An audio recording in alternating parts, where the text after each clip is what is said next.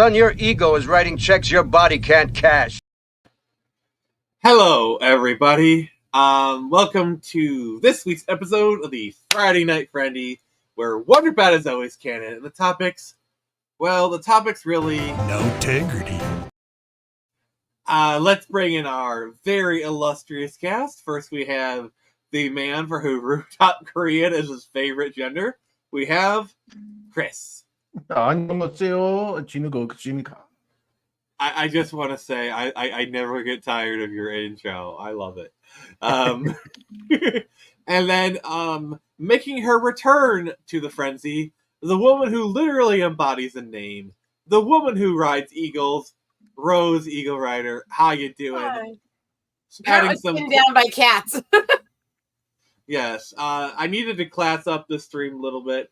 Nyx is, unfortunately, she's having a life, and she's choosing to touch some grass. How dare she have a normal life with her family? No, I'm kidding. I had it for her. So Rose is the chick for this stream. Okay, but she's awesome though. We love her. And today. I'm a little bit loopy. I'm kind of exhausted. God, I want to make a bad joke so bad, but I'm not going to do it. I have one I like to make about when I'm petting him on air, but I don't think you want me to say it on your stream. Yes, this is a Christian Minecraft stream, but no, it's not. I try to be, but I fail. Chris, how you doing, buddy?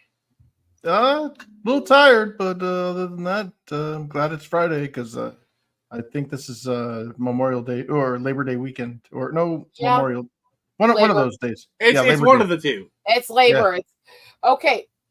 It's labor. And there's reasons why it reminds me which one's which a lot, because I have a niece who was literally born on Labor Day on September 1st. Can you imagine, actually, no, it wouldn't work that way. But anyway, so now that we got introductions in a way. on Labor Day, just ironic. I mean, we only really have two topics, and really one of them is shilling for Lost Kingdom. So let's just get into the headline. Human sacrifice, dogs and cats living together, past hysteria.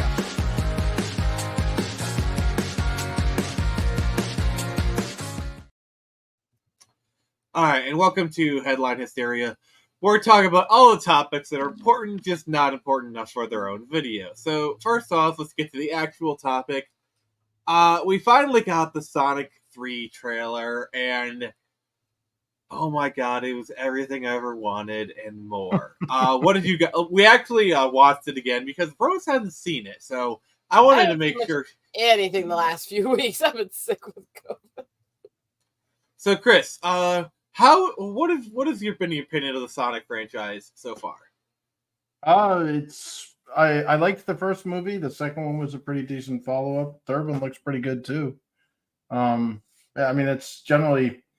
it's video game adaptations. It's generally a minefield, flip a coin. Yeah, but, especially when they try to do more live action stylized. Yeah. I mean, if you look at the history of live action with especially fighter games and Mortal Kombat, Street Fighter and shit, how bad did they ruin those things?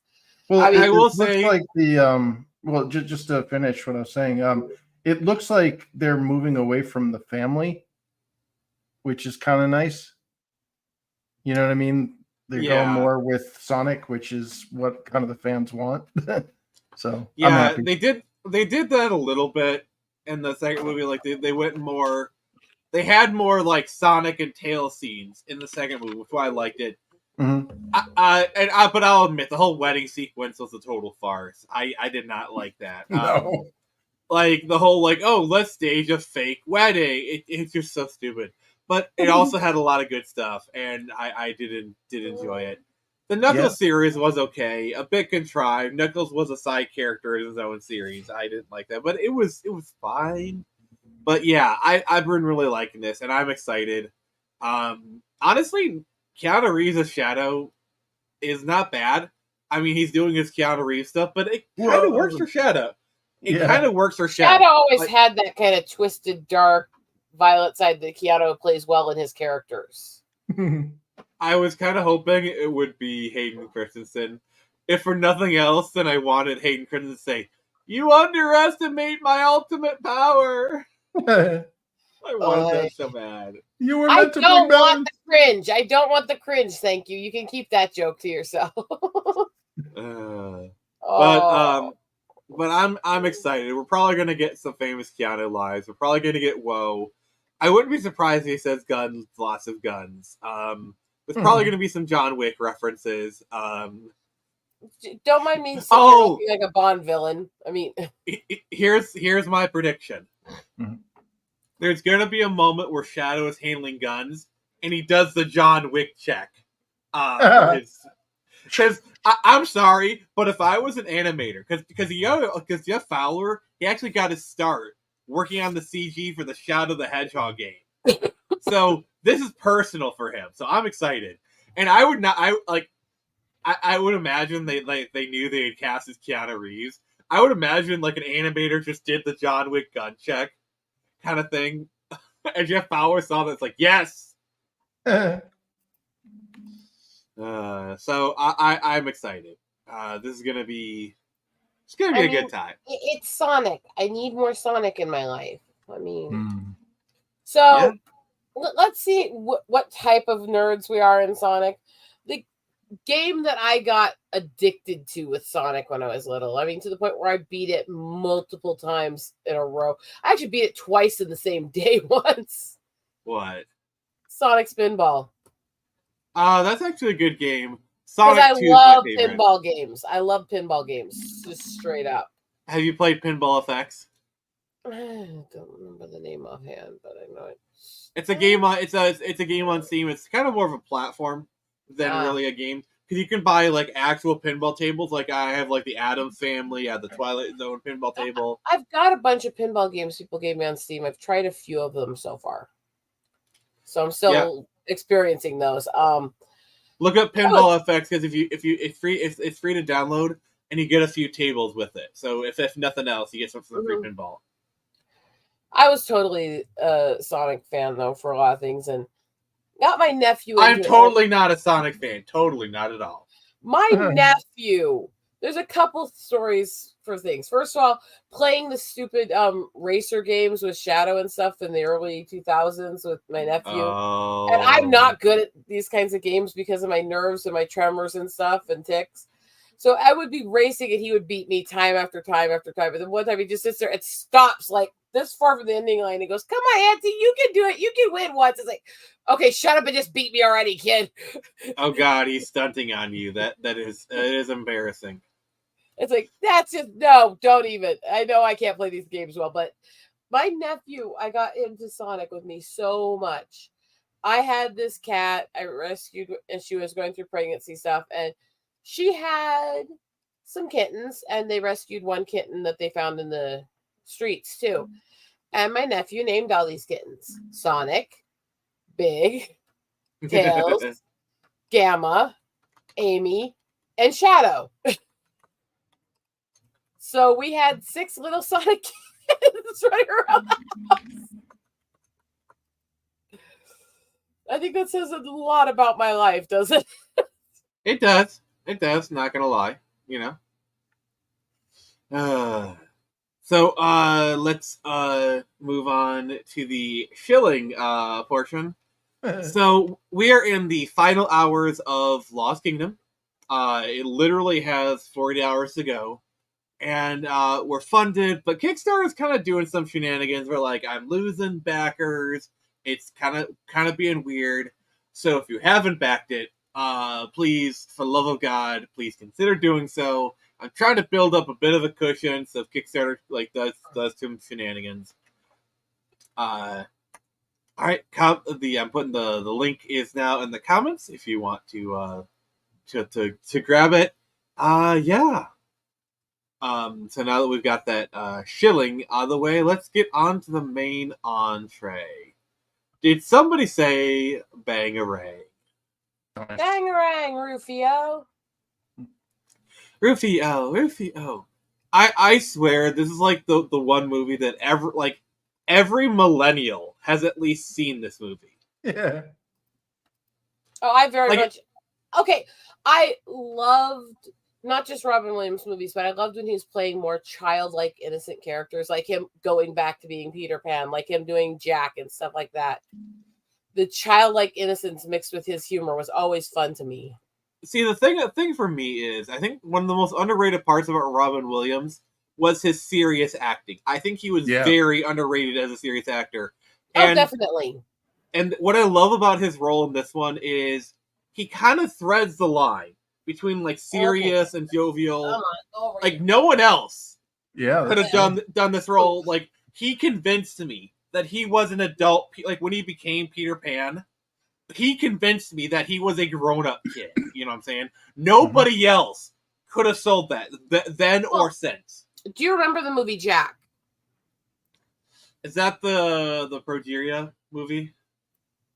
I don't remember names of things very well. It was about him aging too fast. Yeah. So it is. It basically. It was actually a very serious movie with a lot of comedy mixed in, but it was him. He plays a kid with progeria. Yeah, it was him completely as him, but playing a 10-year-old kid's mindset. That was a deep movie. It dealt with the psychological symptoms of dealing with the fact that you're older than your classmates, your friends, dealing with the ways that you'll age faster, dealing with the desire to live longer. All of it was dealt with in this movie. And while a lot of people I know who've seen it talk about the comedy and him playing a child, it's like, but the moments of serious in it were really deep. Even in Death to Smoochie, when he did his serious moments, they were deep. Or even 1 Hour Photo. Our movie. The thing that I remember from the movie is there's an entire scene, and this is in the 90s, where he just talks about Evangelion for like 5 minutes in that movie. Where he's like talking about because he's like, oh, Evangelion toys. What made Robin Williams magical as a comedian was the fact that he always, even in his most ridiculous, silly, crazy, goofy roles, he always had an ability to work the serious, the deep, the psychological, the heartfelt into his characters, even in the middle of the comedy. Mm-hmm. And the fact that he had that mastery of both, that he was so fun, that he was so wild, that he's so off the wall, but he was so deep at the same time, was what made him iconic more than just another comedian.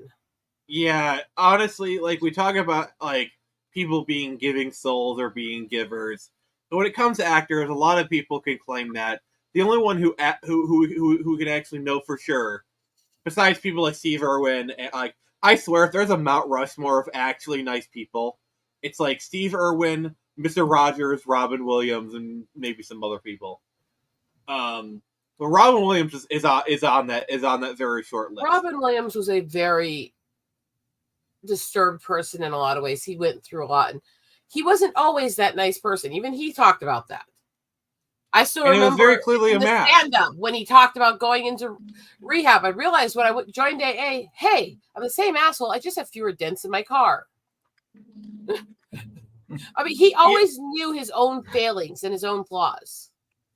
Yeah, and I really appreciate that about him, because I myself, especially as I grow in fame, I try to kind of keep a balance of being confident yet humble, or as I like to put it, I'm hot crap, but my crap stinks. What? I'm trying not to curse, so at least for a little bit. I'm trying, and this you're is doing great. You're doing great, Rose. Because I may have taken a large amount of CBD to try not to tick some of my more crass ticks on air. So speaking of someone who's probably gonna curse, here we have Nyx. Hey.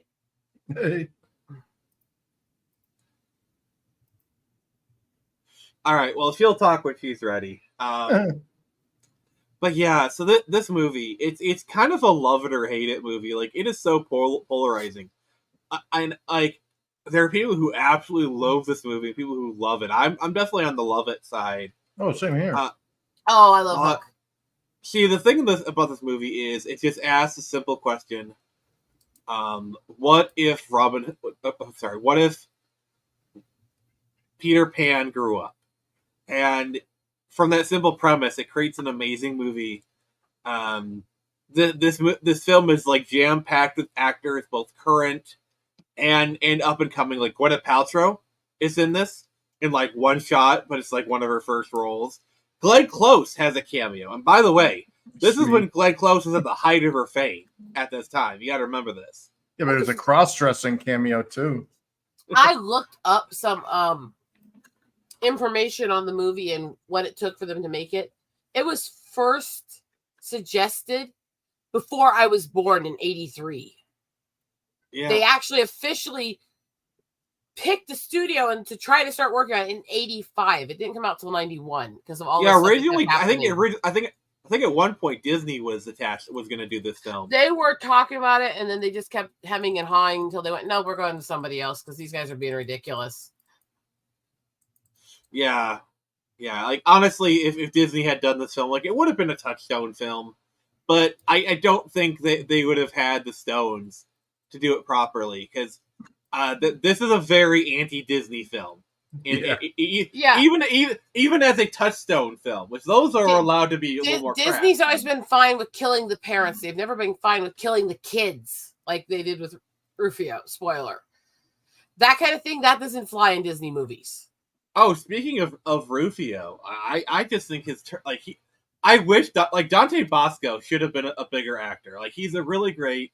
And yes, Dante he's starting to get more of an acting career now than he used to have for a while. And he has done some roles. That. Obviously, he was Zuko. But he is actually really, really great. He was really great as Rufio. Oh, he's a nice guy. From all the stories I've told, he's a pretty cool dude, and he's most well known nowadays for voicing Zuko on Avatar. Which, by the way, he did a great job on that. Probably my favorite Dante Bosco role, though, is Blood and Bone. If you have never seen that movie, please do. It's great. It's a martial arts movie like Michael Jai White and Dante Bosco. Dante Bosco's kind of like his bookie manager. It's actually really good. Yeah, also you got like a very young Gina Carano is in it, and she gives Bone his phone number. I love that film. So underrated. But anyway, about this, and like Dustin Hoffman, Bob Hoskins. The suicidal part they showed of Hook, and I said that way so it won't pick up the algorithm as much, was so crazy because it really was almost like you took like this life. Who Wants to Live Forever was basically the tale because it's somebody who was terrified to die but terrified to live because they've been living so long and their life honestly felt meaningless. It's almost like bipolar swings from wanting to die to scared to die in the same moments.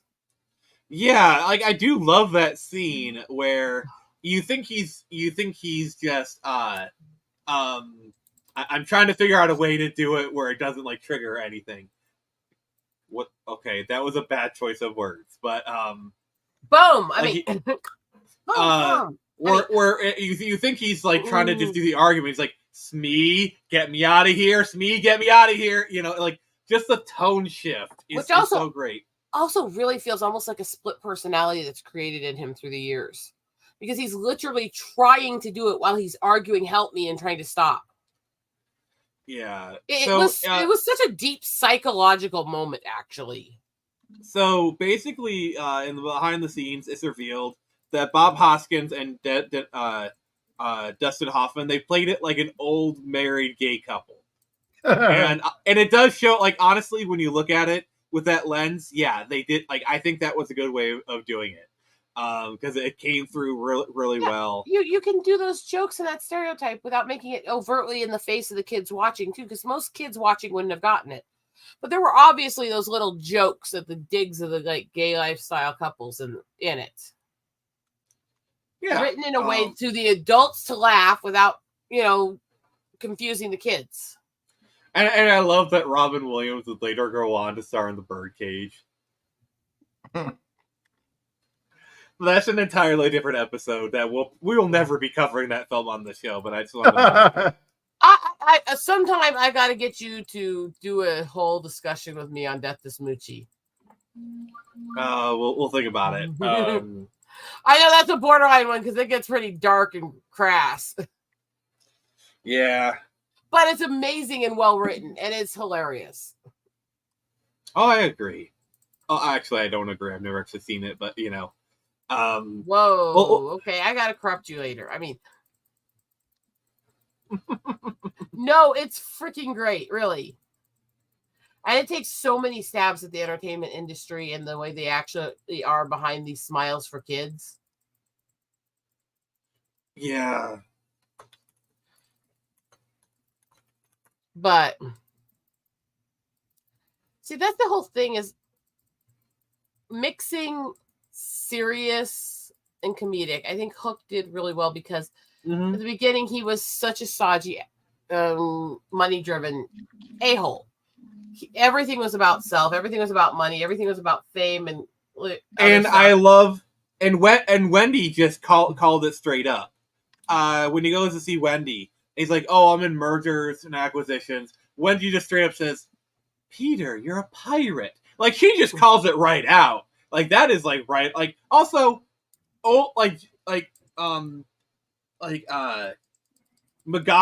as old Wendy. Yeah, Maggie Smith. Smith.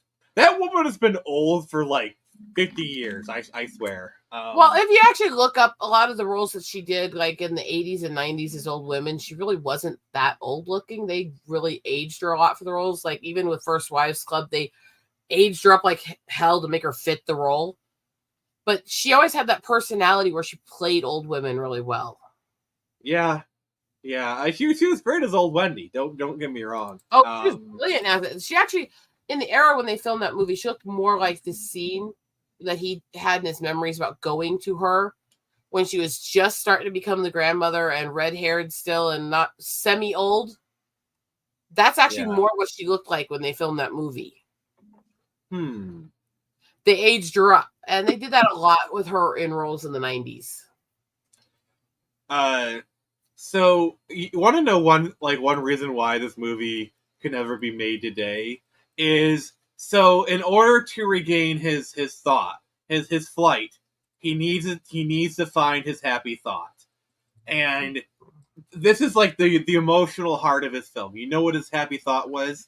His children. Having children. Being a father. Yes. He became Peter Pan to rescue his children. Disney could never do this movie. Well, they hate dads. They don't want dads, so yeah. That's the tragic thing, because, you know, if anything, we need more good fathers in this world, and yet the entertainment industry is like trying to beat men to death for trying to be good fathers. Well, it's anti-family. It's like, yeah. Well, it's like women are supposed to somehow want to be single mothers. It's like, look, I have nothing against a woman if circumstances lead her to be a single mother. But it doesn't mean that this is something to exonerate or glorify or portray as some beautiful thing. It is in some situations. You're widowed. You stand up and take care of the kids when the husband turns out to be a dirtbag, stuff like that. Let's praise those women. They're amazing. Or like, let's say the husband's at war, and let's say a robber comes to the house. He grabs a shotgun, defends the family. General's not here, but I am. Yeah, that's great. I love that. I love that stuff. Please, more. Inject that shit straight into my veins. It's the glorifying sleeping around and baby daddies and all that stuff that really bothers me. It's the glorifying irresponsible behavior that's more likely to make things harder on the children as they get older. Look, widowing happens. Yeah. Male and female alike. You're going to have spouses that are dirtbags that don't reveal it till after you have kids. I've known people whose spouses ran out on them after they were in a car accident because they didn't want to be with a crippled spouse. Or sometimes the husband does a job where he's away. Like, let's say he's an offshore oil rigger where he's gone 7 months, or he's a soldier. You know, then you often live that. You're still not single, but you kind of are at the same time because you're living in alone. Honestly, I kind of want to write a story where, like, the husband's, like, away as a soldier and she has to defend the house or something. Like, I kind of want to write that movie now. But at the same time, the whole culture of, like, glorifying single mothers while bashing on single fathers really bothers me. Because any parent who takes on wanting to be responsible for their kids, be a good person, and do their best they can despite what society and life did to them and how it screwed them over, should get that credit. And it shouldn't be everything's about single mothers. There's a lot of single fathers whose wives or girlfriends ran out on the kids or mistreated them. And it's very obvious that there is a hunger, there is a desire for good father-child content. Because look at the explosion of father-kid stories in like the last 10 years. Last of Us, Mandalorian. I can't think of anything else, but you get what I'm saying. You know, there is a deep-seated desire for that kind of like, let's go on a road trip with a father figure, and they teach me the facts of life. Like, it's obvious that is a desire. Like, that is a hunger. I mean, even I, which, promo, if you want that kind of content, read Lost Kingdom. I do exactly that in this thing. You know, but, sorry. And that's what I love about this movie is the emotional core. The only criticism I would give this film, and I'm only really thinking of it just now, they kind of sideline the mother. The mother of the kids has literally nothing. Like, once he goes to Neverland, she's never even mentioned. I get that would have been more work, but I kind of wish she had been captured along with the other kids. And like her seeing Peter Pan, like I think that would have been a kind of an interesting addition to the movie, is bring the mother into the mix. I mean, I get that, but at the same time, I think there's also something to be said for she was important. Obviously, she was a good mother who was trying to raise the kids right, all this stuff. But I think in this story, it was about him discovering that he truly should focus more on being a father, that he did love his kids, all that, rediscovering his heart. Yeah, so rediscovering, becoming Pan the man again. I get the concept of the mother kind of got shortchanged, but at the same time, trying to bring her in would also kind of distract from the father-child aspect. So I also think this movie is kind of the antithesis of, and this, like I'm very pro-male, but there's one thing I hate about the quote-unquote manosphere is the hatred of quote-unquote childish entertainment. Like, they love to quote the Bible verse of, when I became a man, I put aside childish things, you know, or all that BS. I think that this film is kind of the antithesis of that, because this Peter Pan, he became a man and put aside his childish things, and it almost ruined him. In order to become a better person, he had to become reacquainted with his inner child. He had to learn the whimsy of childishness. He had to learn the fantasy of make-believe. He had to basically become a child again in order to really grow. Mm-hmm. And I think that is actually really important for men and women, but really for men, is be an adult, yes, but don't forget about being a child, okay? Like, be responsible, take care of your children. But if you want to collect Pokemon cards, by all means, please do so. You know, because the best part about doing childish things and having children, you can share it with your child. Like, you collect Pokemon cards, collect it with your child. Like, come on. People take the whole put aside childish things out of context. It was referring to people who would not want to mature, who would not want to be responsible, who would not want to focus on taking care of themselves and others, and would focus only on trying to maintain their permanent innocence. You know, the antithesis of what Peter Pan was written about, the I don't want to grow up. And that's what that was about. It's not saying that you have to only live a certain way, only do certain things, only that. It was saying that you have to be responsible. You have to be focused on doing the right things and being responsible before play. Yeah, but I think honestly one of the underlying themes of this movie is don't, like, grow up, but don't grow up. Because there are a lot of adults who cast aside the child in them. They kill it, like, let the child die and let the man survive, or some other bull crap. But it kind of, like, it kills their soul. Like, it does. And I think that, like, my argument, and I think what this movie is arguing, Robin had to literally become in touch with the inner child again in order to become a better man. And I think that's a lesson that a lot of us need to learn.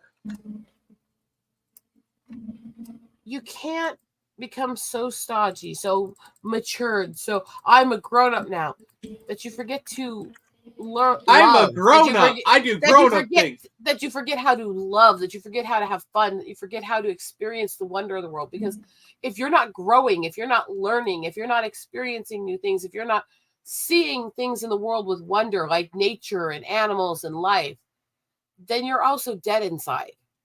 Yeah, like I think a lot of people like, I want to be grown up. I want to smoke, drink, have sex, drive fast cars, and all those things. I'll give you the last two of those. I mean, can I finish my sentence, please? I want to finish my sentence, please. And all those things are fine, but they do that at the expense of what made them whole. Because I'm a firm believer in life is nothing without passion, and if you need to be passionate about something in life, and too many people, they just like, I'm a provider. I go to work, I kill my body, but I'm a provider, and we were not meant to be these cogs in the machine. I know, I get that. Chris, to me. What is your take? Yeah. I'm sorry, Chris hasn't spoken much. My take on the plot of the film, or the whole duality of growing up and maintaining whatever you feel like. I mean, we can talk like you comment on the current stuff, or just like the film. Like what stood out to you? Like what themes or moments or whatever. Well, I think for me personally, what I got out of the movie was Peter Pan lost sight of what was the most important, and the whole pursuit of material wealth and all that stuff. That's great, but at the end of the day, you can't take that with you. And I mean, you can try. Yeah. I mean, but there's that famous painting, "Death and a Miser." It's kind of funny. Guys trying to broad death, and it ain't working. But like, I also like that it focuses on kind of one of the strongest biological impetus that we have, and that's legacy. Legacy is everything. Yeah, his kids are a continuance of himself. So it wasn't so much just the allegory of youth and innocence and wonder, as it was of stop focusing on materials and start focusing on family. And I think the split, why the mother wasn't really featured heavily once they went into Never Never Land, was because she was basically a representation of the destructive life. She was the one that enabled him to do the material pursuit. So it would have kind of muddied the waters with her being in there, when she was kind of like the real world representation. And when they went into Neverland, it was more of the abandonment of that. Like I don't think he could have shed his Peter Banning persona if he wasn't by himself. Like he was fully immersed. He's basically a hot ass Tinkerbell was trying to nail him. Okay, I'm gonna have a little comment to that. I understand the overall argument, but I don't think it's fair to say the mother was the enabler to that, when she was clearly trying to get him to stop that behavior repeatedly. Hey, Super Paper Sam, how you doing, buddy? She didn't support that behavior and the materialism. She kept fighting against it. So I don't think it's necessarily fair to say she was the enabler of it. I would say that she enabled it, not intentionally, but she was a representation of the mundane world, and like the whole kind of variable that was the wild card were the kids, whereas the wife was, I'm in the real world, and Banning the real world part. I agree with. It's the same as she enabled it when she clearly was fighting it, and it was actually pushing them apart. Well, I think it was her presence. Like I think it was like he did everything right. He did the pursuit, like his Banning persona. He didn't marry her as Peter Pan. He married her as Peter Banning. That was his mundane life. That was his Clark Kent. And he needed to go to a world where he was only super. Yeah, because you got to remember. That part I agree with. The whole reason he did it is he kept bringing Wendy for adventures. And every time she'd just get a little bit older.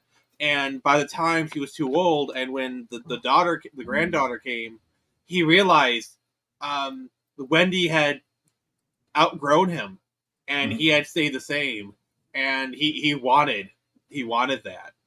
The other thing I wanted to comment on is we also got to realize the time in which this came out, which was early 90s.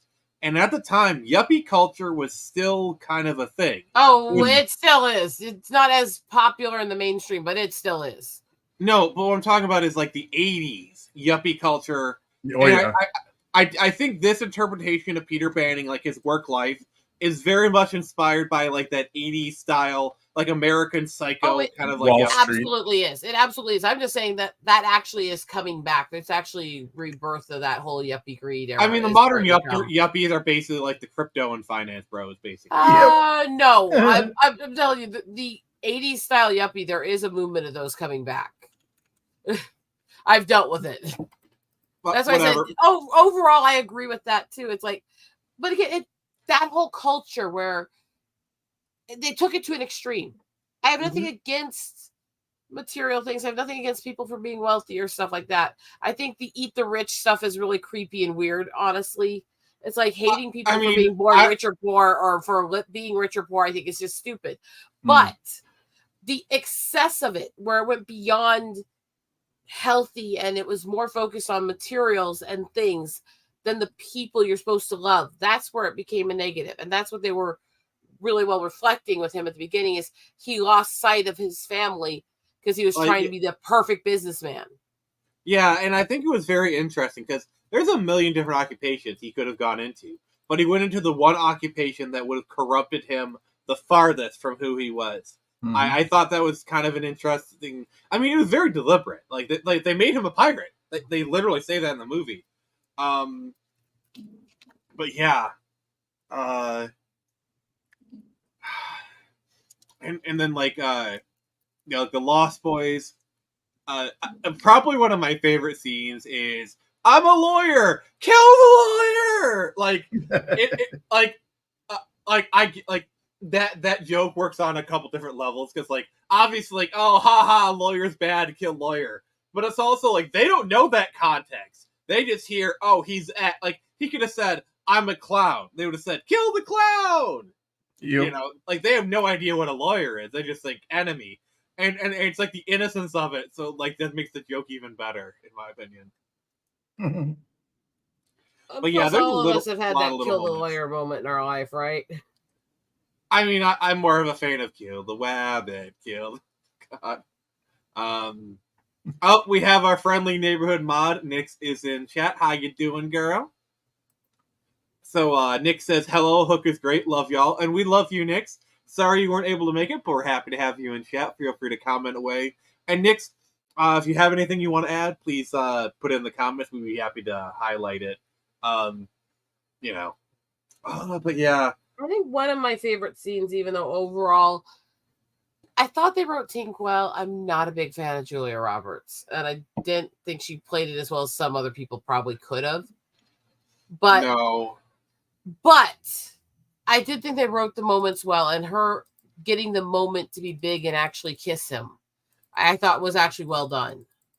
Yeah, I don't know. I think a lot of those scenes were a bit unnecessary. I think that one plays more to the people who were fans of her story throughout the books and the early movies and stuff than the other scenes, because that one was more of a side story, always was. But Tink being in love with him was always part of the story. And I think the other thing is, I think this is also kind of playing in the Disney angle. Because even though this is a very anti-Disney film, it does exist in the shadow of the Disney film. Very much so. It even borrows a lot of the iconography, if you look at it. Mm-hmm. But the thing is, you got to remember at this point, Tinkerbell had kind of been the mascot for Disneyland or Disney World for like 20, 30 years at that point. Wow. And because they can't come up with their own thing. I mean, sorry. and as the 90s would go on, Disney would actually do more like standalone Tink stuff. because Tinkerbell kind of became her own character in like the late 90s, early 2000s. Like I remember early 2000s, they did 6 movies based solely on Tink and the Fairies. Yeah, and I remember seeing lots of Tink merchandise. Like I would go to school and there'd be women or girls wearing Tinkerbell shirts, or grown women wearing Tinkerbell stuff. So I mean, there was a push to make her a character in the 2000s. I had a bias to those movies, but it might also be because it's the only place I've ever actually seen the name Rosetta used as a name and a character up until that point. Was she stoned? Don't. What? They had one of the fairies named Rosetta, and she was a snarky redheaded fairy. I don't think you the get Rosetta the joke. Stone. Yeah. No, and I hate that joke with a passion. I literally hate that joke. Whatever. You're just everybody. Oh, Rosetta. Oh, Stone. Ha ha ha ha.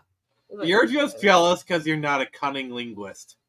No, it's not cunning, and I actually am. Thank you, but at least that's what literally what every person always says when they hear my name. So yeah, it kind of grates after a while. All right, fine. Another thing I wanted to touch upon is this film probably has like the most underrated John Williams score. Oh my freaking god! Yeah, Sega CD. Flight from Neverland is one of my favorite John Williams tracks of all time, and this entire film has like just a banger. John Williams cannot write a bad score to save his life. Let's all be honest here. But this, like, nobody talks about this film and like in his score. It is iconic. Like obviously Flight for Neverland. But what I love is his entire score gives the film a bit of a fairy. Like I love this film with like the fairy tale vibe because the score, like the way it's shot, kind of has like a misty haze over it. It just kind of has this look to it that you could never replicate today. Like studios would never allow it. Yeah.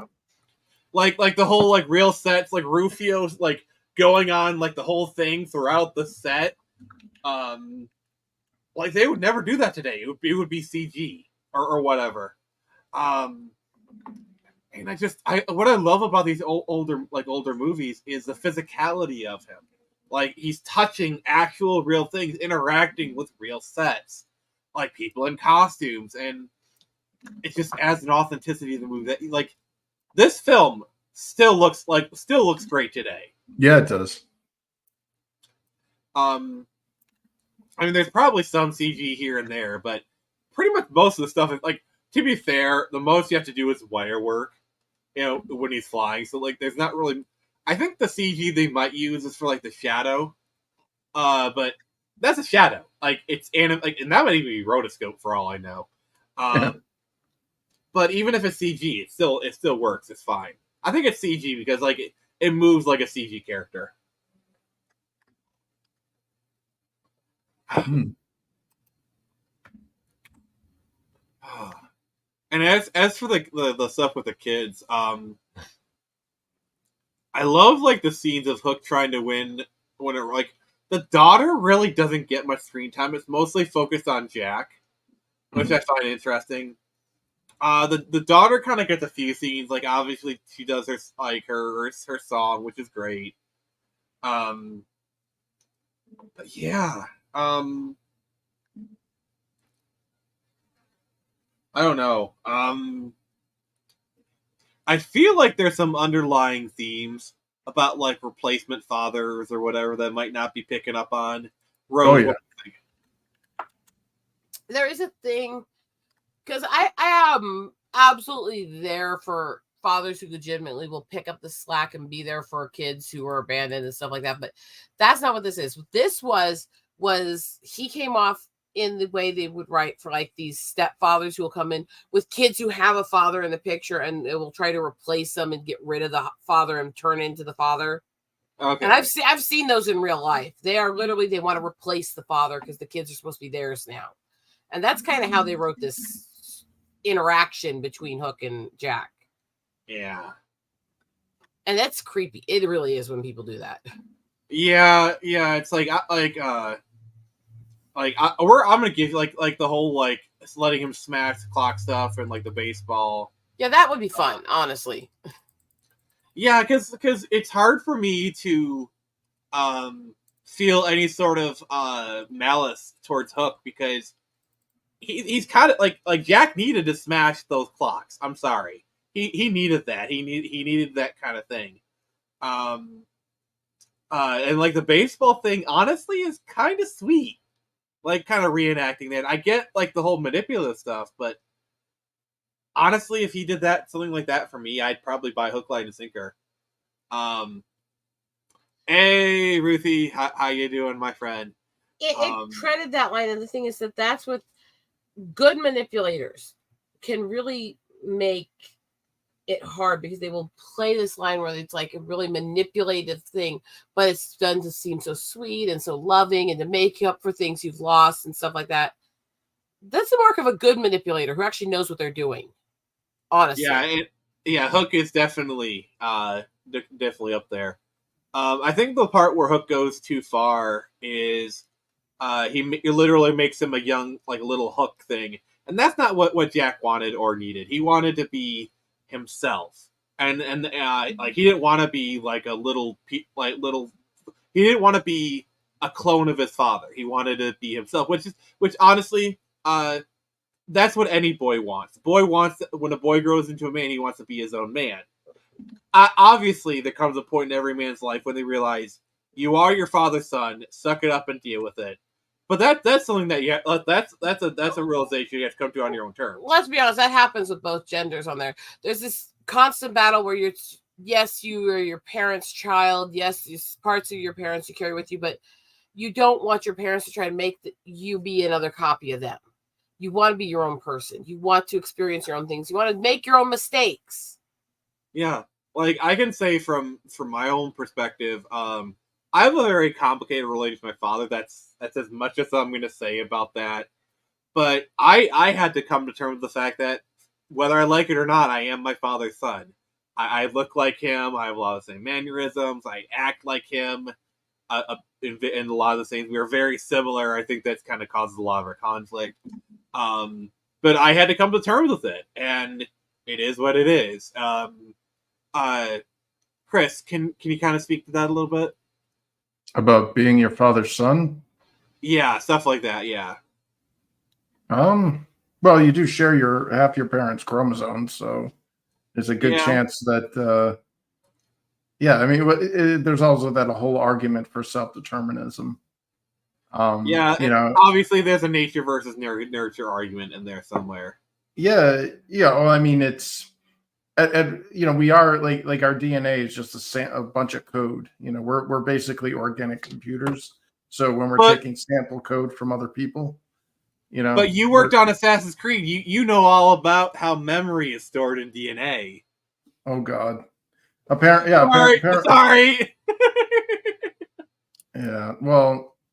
Yeah. I don't know. I mean, it's hard to say because I look at my parents and I have absolutely no semblance to them whatsoever. No mannerisms the same. Voice isn't the same. You'd look at us and you wouldn't even think we're related. I look very much like my family. It's even worse because, like, you look at my nephew, he is like a clone of me. He looks exactly how I looked at his age. Like, he is a freaking clone, a straight up clone of me. Obviously, I'm not going to show a picture on stream. Maybe I'll show it to you guys afterwards. But like, he is a straight up clone. Because like the thing is, in my family, the males kind of have like this standard look to them. Like I remember, my nana showed a baby picture of my grandfather, and this is in the 30s, mind you. Okay, because he was born in 38. So this might have been like 1939, 40, basically. And as a baby, he looked exactly like me. Like you take a baby picture of like me and compare it to my nephew, me, my dad, my grandfather, you would not be able to tell us apart. Like we are like exact duplicates of us when we're young. It is insane. Wow. Oh. There was a period in my life where I kind of I was hoping, like, man, I really wish it would come out that I was adopted because that would explain so much. But like, they kind of had to come to a point where I realized, Nick, you look a lot like your family. Like you and your in the middle sister, you look a lot alike. Like you put me and my sister next to each other, you could obviously tell we're brother and sister. Like we have very like similar features. You know what I'm saying? Mhm. What is that like? Because me and my siblings, none of us look like each other. None of us. We all look completely different than each other. All four of us. Well, the thing is, I have two older sisters. The middle sister, I'm not naming names here. She looks a lot. We take after our father. Okay. But the oldest looks more like my mom. Which that happens when you have multiple children. That kind of thing can happen. Well, then none of us looked like each other. None of us hardly looked like mom and dad either. But yeah, the males in my family, like you know how they say in Game of Thrones, the seed is strong. The males in my family, like there is a very strong resemblance. Like you take a picture, you put like me and my uncle next to each other. Like okay, yeah, you can tell we're related. Or like me, like a lot of me and my cousins, the resemblance is strong. So there is no question. I am not adopted. You are not adopted. Oh god. So yeah, this movie resonates with me a lot, and Yeah. I do love, like I said, I love the themes of family, and getting back in touch with your inner child. The character of Rufio, I find interesting, because I feel like he's supposed to represent Arrested Development, like eternal childhood, or Well, that's the Lost Boys in general. Yeah. yeah. Rufio though had something more. He was the pain that comes along with it sometimes. You could feel it in him that, yeah, he was leading this group of boys who want to play, want to be wild, but he was so troubled. He was so pained in his mind. You could see it and feel it. One of my favorite things is when Pan comes back. Rufio isn't mad. He isn't sad. He accepts him as Peter Pan. Like when he's like, okay, you are the Pan the Man. You can fly. You can crow. I like that. I actually like that Rufio. He doesn't like get all angry, walk away. It's like, okay, you're the leader now. You're obviously Pan the Man. I bow to you. And I actually Gives him the sword. Yeah. And then obviously Pan did like the grateful leader thing, like, hey, Angry Gamer, how you doing? He did the thing like, okay, you've surrendered to me, you are accepted back into the tribe, all is forgiven. Like that standard like war stuff. If you know what I'm saying. Mm-hmm. Yeah. But yeah. See, like this film does something that like a lot of modern films try to do. Like the whole modern story trope of like, hey, let's take an established IP and set it 30 years later. What if the characters all grew up? Like, that is a very modern storytelling trope. Stuff like Cobra Kai and a lot of other stuff. This film was doing it 30 years early. And honestly, I think it did it best. Way better. Yeah. Hands down, way better. Like, you can draw a line between Hook and Cobra Kai. As I started to say, this one did it with respect. It did it with love to the characters. It did it with love to the origins of the story. It did it wanting to really play to that original concept and those original ideals. Whereas most of these, it's about trying to modernize it and put their stories and their politics into it. It's like, okay, but that's not the point. None of us give a crap about your politics. None of us give a crap about your opinions. None of us give a crap about your fifis. We want the escapism. We want these stories. We want the characters the way they were originally created and written. Yeah. Do that in a way that honors it, and you win. I'm still not a big fan usually of remakes and retellings, although, again, Hook kind of took that. I mean, to be fair, Disney did try to do a Peter, like, remember the atrocity Peter Pan and Wendy? Oh, God. Well, that was just feminist garbage. I mean, remember the Lost Boys there's like 3 black girls for some reason because put a black chick in it, make it gay. Or I love how they tried to explain how why are there lost girls in the tribe, and they just like, oh, just don't worry about it.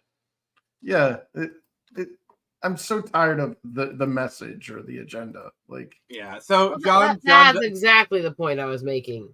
All right. So John Douglas says also, hey man, how you doing? Hey. He says, fun fact: I actually met the actor who played Thudbutt, who works as a Las Vegas musician now. Like, that's actually kind of cool, dude. I worked with one of the Lost Boys, or an extra. Was a Lost Boy. What kind of stories did he have? He just said that he hung out near the back set at God, what town was that in? It wasn't Hollywood. I can't remember the name of the town that it was in, but they just said, hey, do you have your SAG whatever? And they said, yep. And then the next thing he knew, he was pulled in there, and they gave him a bunch of or at least from what he told me, it was like it looked like a bunch of like Little Rascals, like old people clothes or whatever, and said make your costume. Was it near Hollywood? Because usually when they're not filming in Hollywood, but in that area, it's usually Burbank. Yeah, that's where it was. It was the Burbank Studios. Okay. Yeah, and it was him and a bunch of his friends, and they just said, hey, you want to be, because like apparently like there's a big thing with like extras, like there's like the same guy is like in like 1,000 movies or whatever because he's just hanging out, ready to go for extras. And extras are like I remember watching a Wang video about like movie extras. He's done extra work himself, and he kind of talks about it. It's really an interesting field. Yeah, that's pretty freaky to see yourself in the background of a movie. I mean, apparently Penguin Zero was in Hunger Games, so yeah. Did you remember that? It's like the monumental scene that like they had to steady their focus, and it was like a split second. You wouldn't even see him if you blinked. Like, I mean, technically he is in Hunger Games. He can claim that fact, barely, but God, it's just it's just crazy. These kind of things. Because the thing you never realize is the people you work with now, you don't know where their career is going to go in like 5, 10, 20 years. Like for example, I'm sure when Dante Bosco was doing Rufio, I'm sure he never imagined in 10 years' time he'd be voicing Zuko, which is literally what he's known for. Well, I mean, come on, dude. They made Bangarang an American lexicon term. Like, yeah. Skrillex there. Like, and can I just say, the toys for this movie were actually quite Bangarang themselves. Because this was during the time where like all blockbuster movies got like a merchandise run and whatever. Because like in the 80s and early 90s, like the Flintstones and whatnot. Oh my God, we got to talk about the Flintstones at some point because that movie's insane. Just the set detail, but that's a different episode. That might be September's episode, but never mind. Trying to think here. Careful, you don't strain something. I mean, Rose. No,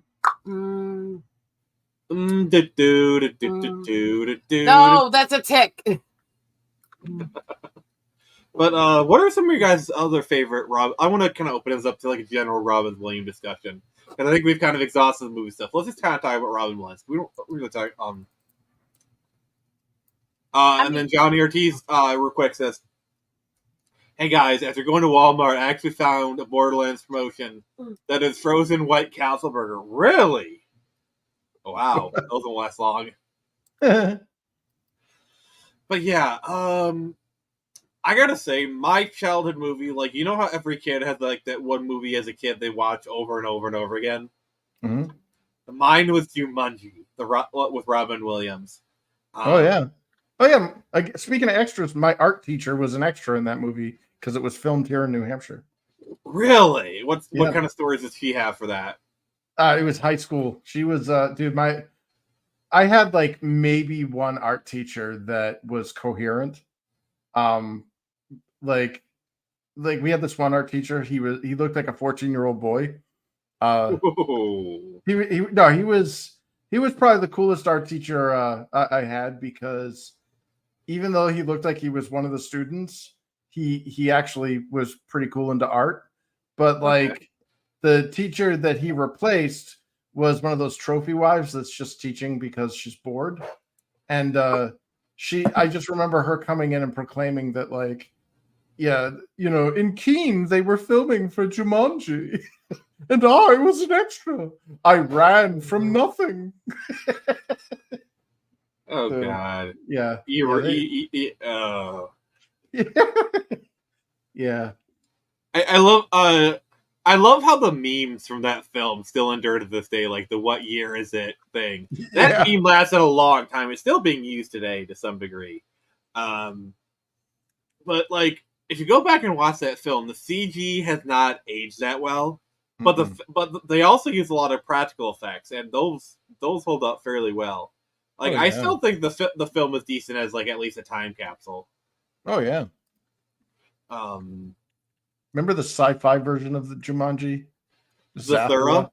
Yeah. That actually wasn't too bad. I actually didn't mind that movie. Yeah, that had the chick from Twilight in it. Barely. She's like a Frosty, like they froze her. Didn't they also have, like, the guy who would go on to play PETA in the Hunger Games as, like, the little kid or something? Yeah, I think he was the main boy. And then it had Kristen Bell's husband there. Leave me alone, I'm baiting, as the superhero or the space guy or whatever. Yeah. I'm trying to think of, like, some other really good Robin Williams performances. Dude, my favorite Robin Williams movie is Millennium Man. I haven't seen that in forever. I don't think I ever actually finished it. I think I got like halfway through it and I just stopped watching it for whatever reason. I need to go back and finish it. Yeah. I want to watch 1 Hour Photo, because like that just sounds freaky. Yeah. Yeah. Horror movie. Another Robin Williams film I need to see is What Dreams May Come. Oh yeah, that'll depress the hell out of you. That would I was always interested on that one because it's very Catholic in its viewpoints of the afterlife and stuff in the movie, but the story and the depths of which he's willing to go through to find and be with his kids again is beautiful. Mm-hmm. His kids, his wife, that's all he wanted. He was to find them again. And to me, that was beauty. It was all about family. It was all about love. Yeah. I don't agree with it theologically, but I still find it beautiful, you know? Yeah. Yeah, for sure. There's nobody I'd rather go into the gates of hell with than you. It's like,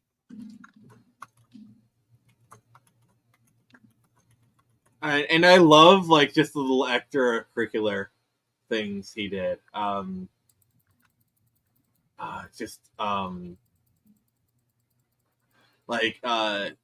So one of my favorite, like when he was doing Night at the Museum, which by the way is kind of an underrated film in my opinion. Night at the Museum movies I actually really like. Yeah. He actually helped Ben Stiller's son get a prom date. I gotta play, like, I have a feeling this video won't trip me up, but we'll see. How's it going? Ask you, but I'm gonna need a little help from my friends. Hey there, Hal. How are you? It's Ben Stiller. Ben Stiller. Yo, what's up? Oh, yeah. Damn, it's Robin Williams. Yeah. And Hillary, Ben Stiller and Robin Williams actually have a question for you. Yo, Hillary, you go to the prom with my man here, my man Sky. Just, I mean, come on. Jewish boy. And you're a nice Jewish girl. Can you imagine Haley and like this guy gets Robin Williams to help ask you to the prom? Like, well, how about being a nice Jewish girl and sitting there and having Robin Williams sit there and go, and I'm sure as much as I think this is sweet, I think if I had been in her position, I would have run like hell at the same time.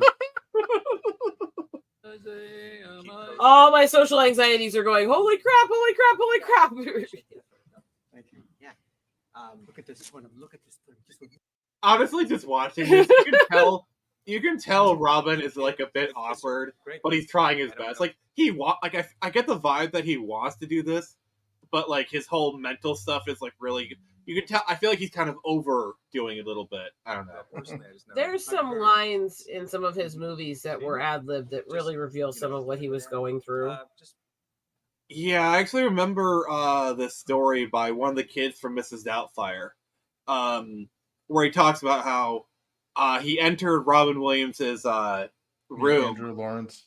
Matthew Lawrence. Oh yeah, Matthew Lawrence. Matthew. Oh, that dude has stories. There's a reason why we stopped hearing from him. No, actually, the Lawrence brothers are doing a podcast together.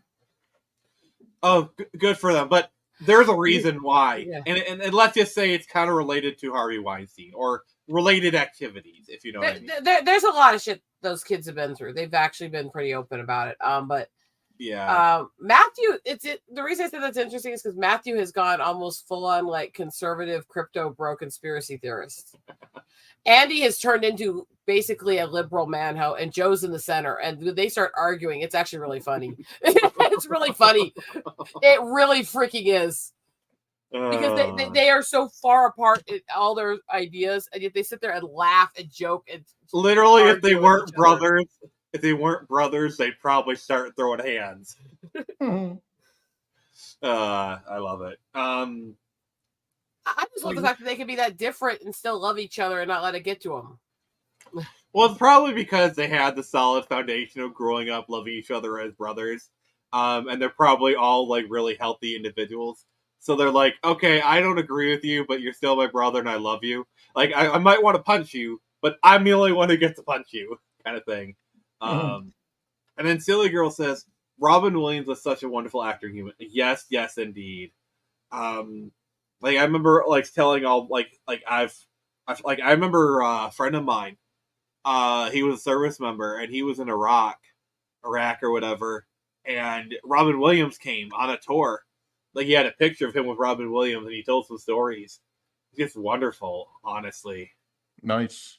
I wish I could have met Robin Williams, and you know what? The only thing I would have wanted is a hug.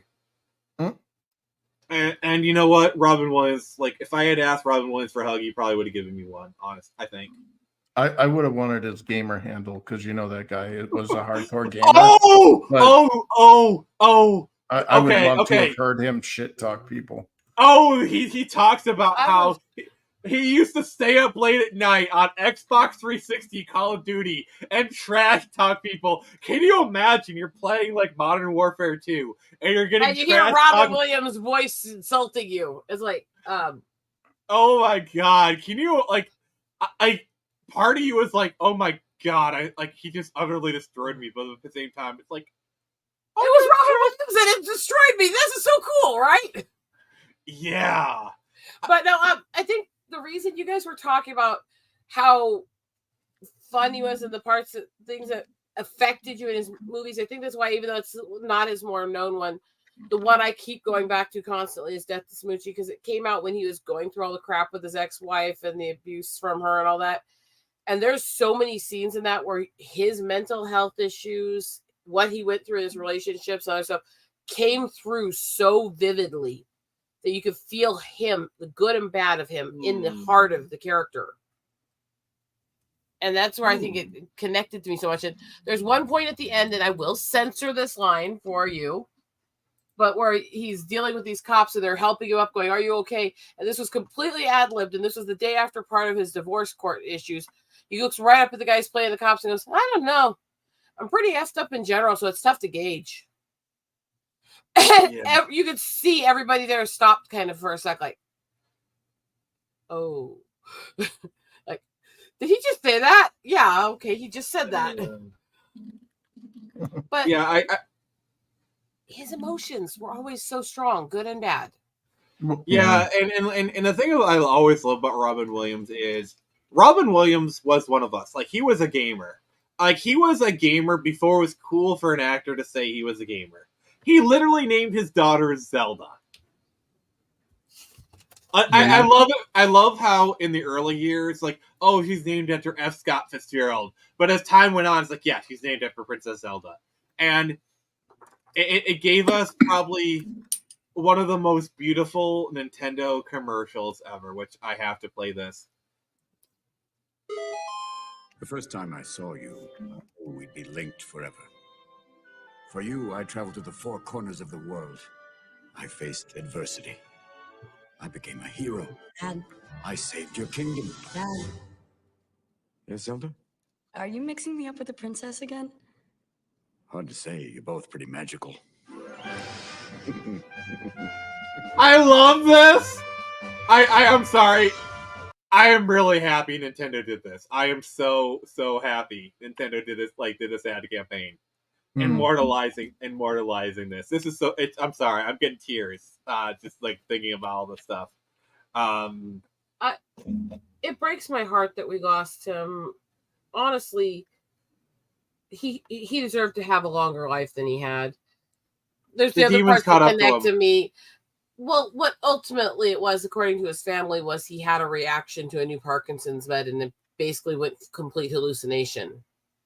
I think also when they did an autopsy, that just messed with what was left of him. I think the other thing that was compounding is they studied his brain and he actually had he had the beginning stages of dementia, and I would not be surprised if Robin. He had Lewy body dementia. He had Parkinson's. No, he had something called Lewy body dementia, which has Parkinson's-like symptoms. But my family said he had both, actually. You can't. Well, you can, because you can't diagnose Parkinson's. Yeah. The only time you can look at its symptoms. But Lewy body dementia, you can diagnose. You can actually do biopsies. And yeah, it's a death sentence. It's not something you want. You can't fully diagnose Parkinson's. It is literally you get declared it because all the other things are ruled out, or the other things don't add up to some of the other symptoms. That is true, but they do still diagnosis after that.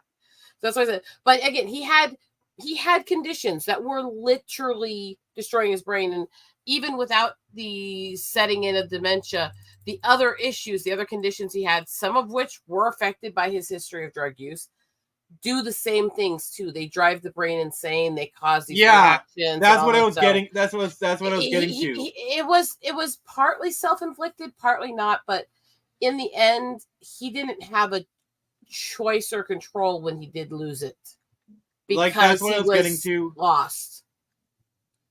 That's what I was getting to with the Joey Lauren stuff. Is like he talked about how after he got off the cocaine rewired his brain. Yep.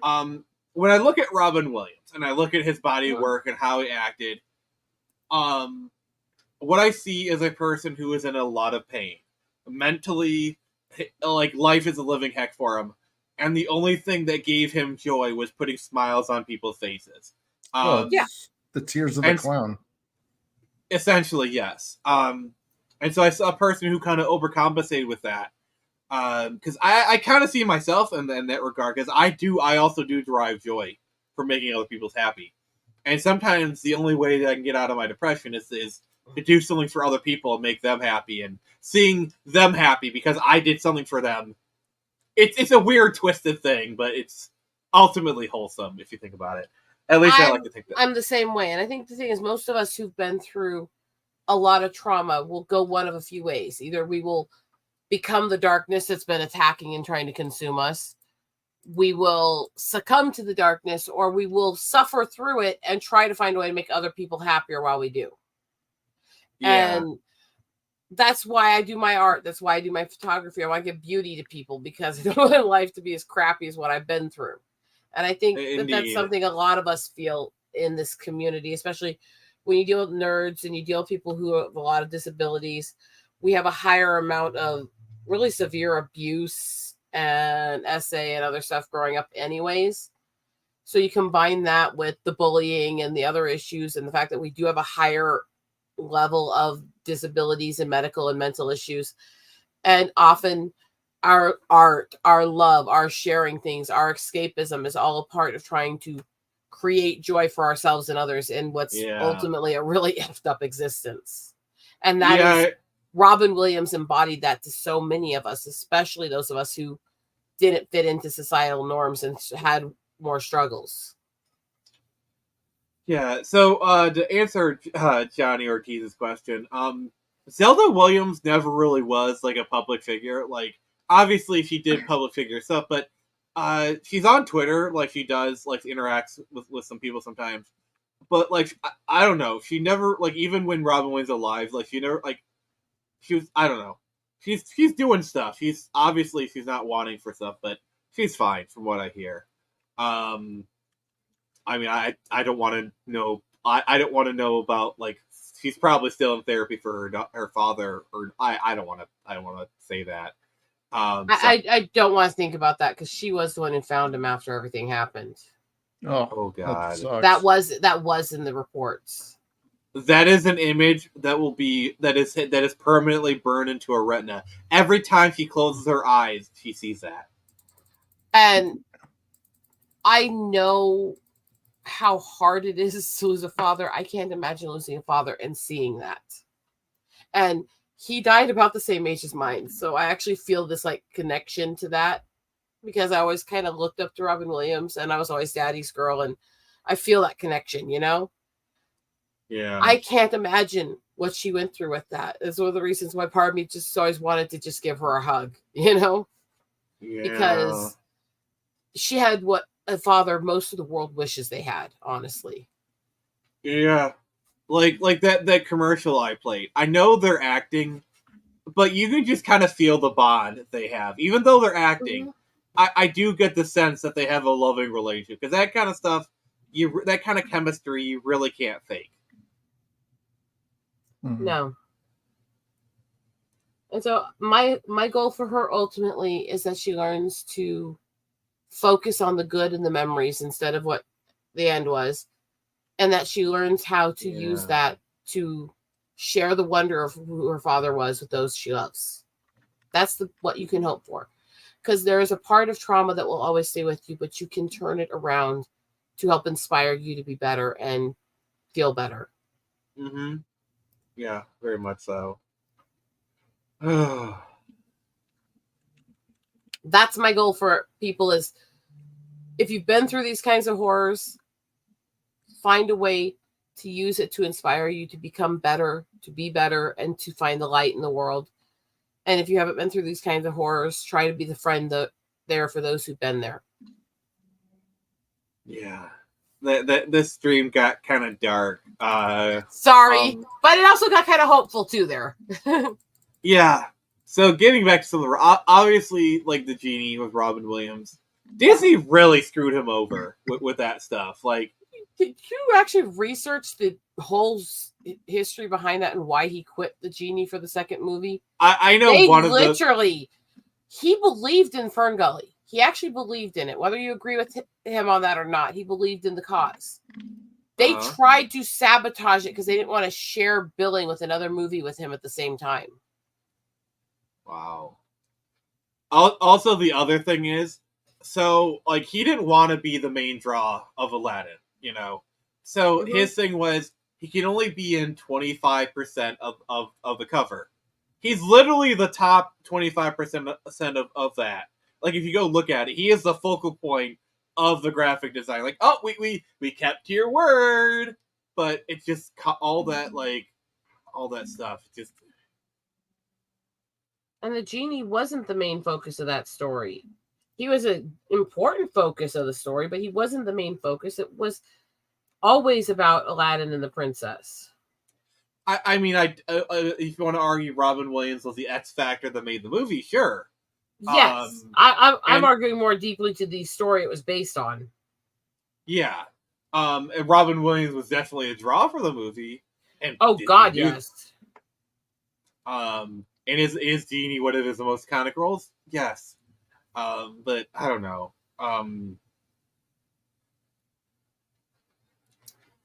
As much as I love Disney, they do some evil stuff. Like, I'm sure we've heard their most recent attempt. Like, oh my God, they signed up for Disney Plus. They're not liable. Yeah, I saw that. That was so messed up. That is so cartoonishly evil. Yeah. And the worst part is, if you actually look at the case, Disney actually has a strong case because it was a third-party vendor who rented the space. Like, Disney probably actually really isn't responsible. Like, they could have very easily won that case. But they had to choose the evil route. Like, why? Like, you had a strong case. Why did you choose to be cartoonishly evil? I don't necessarily agree that it's a strong case. I think there's some case, but there's also a case where the stuff that the courts in Florida have been shooting down and removing of Disney basically being able to write their own laws, their whole arbitration thing they've been doing with people for any of their services or any of their parks and stuff is part of that whole them thinking they can literally write their own. No, can I please finish? Yeah. Is literally them trying to say we can write our own laws and do whatever we want in the parks and you have to obey us. That they do this. This is not just any corporation. They've been actually trying to basically create their own government at that park for a long time, and the courts have been shooting them down on it. This was not a good way for them to try to win favor back, to get people to defend them against the courts going after them. To go, oh yeah, you poor grieving widower who only wants the money he lost trying to take care of his wife's funeral and final days. Yeah. See, let's try to screw you over. And it's like, you just realize you just chopped your foot off to get rid of a hangnail on it. You see, my thing about Disney is, like, they had all those rights and privileges, and they would still have them today if they did not choose the wrong fight. Like, them trying to go, like, enter the politics with, like, the bill. I'm not going to say anything because that's not actually what it is. I know, that was so misleading. Yeah. The thing is, that gave DeSantis the political leeway to get it done. If they had never done it, apathy and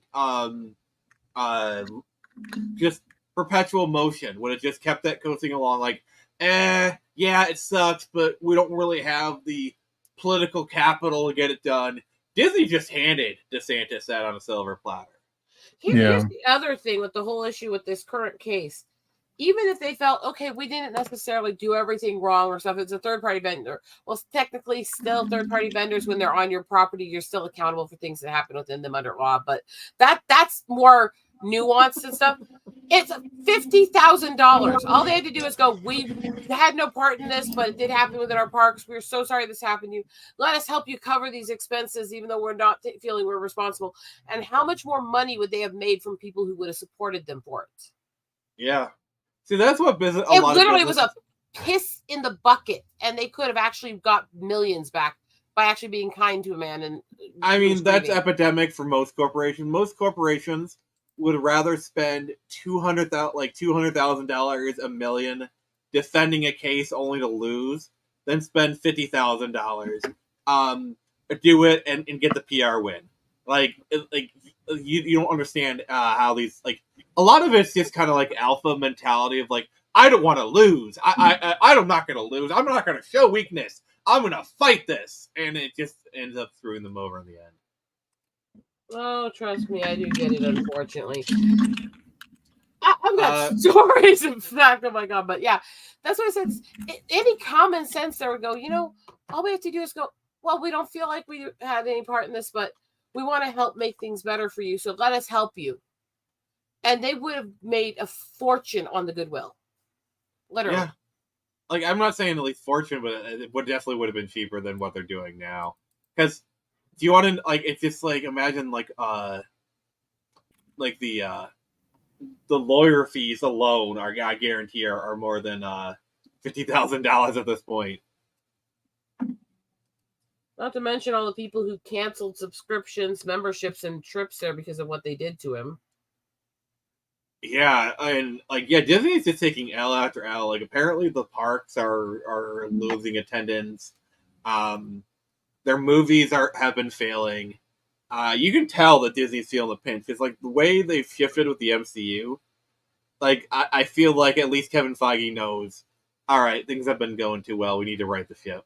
The only movie that's really been really greatly successful for them lately is the second Inside Out, and that's because they threw away the woke version and did it with the original plot. Trust me, I'm sure they're happy they did that. And the only reason Deadpool Wolverine, go ahead.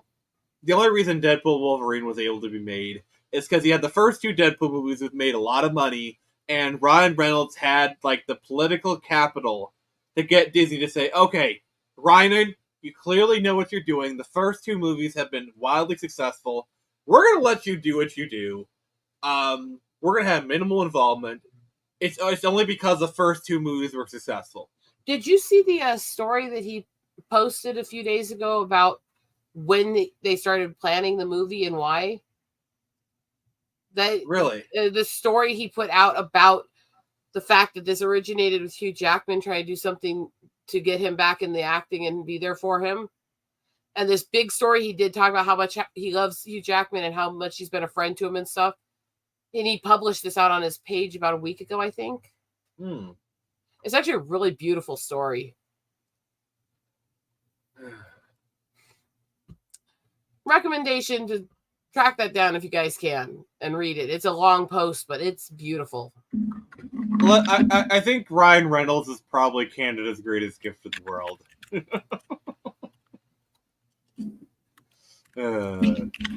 Like Ryan Reynolds is honestly a really great ambassador for Canada, I would say. Yeah. Let me see if I can find the post so I can send it to you, okay? All right.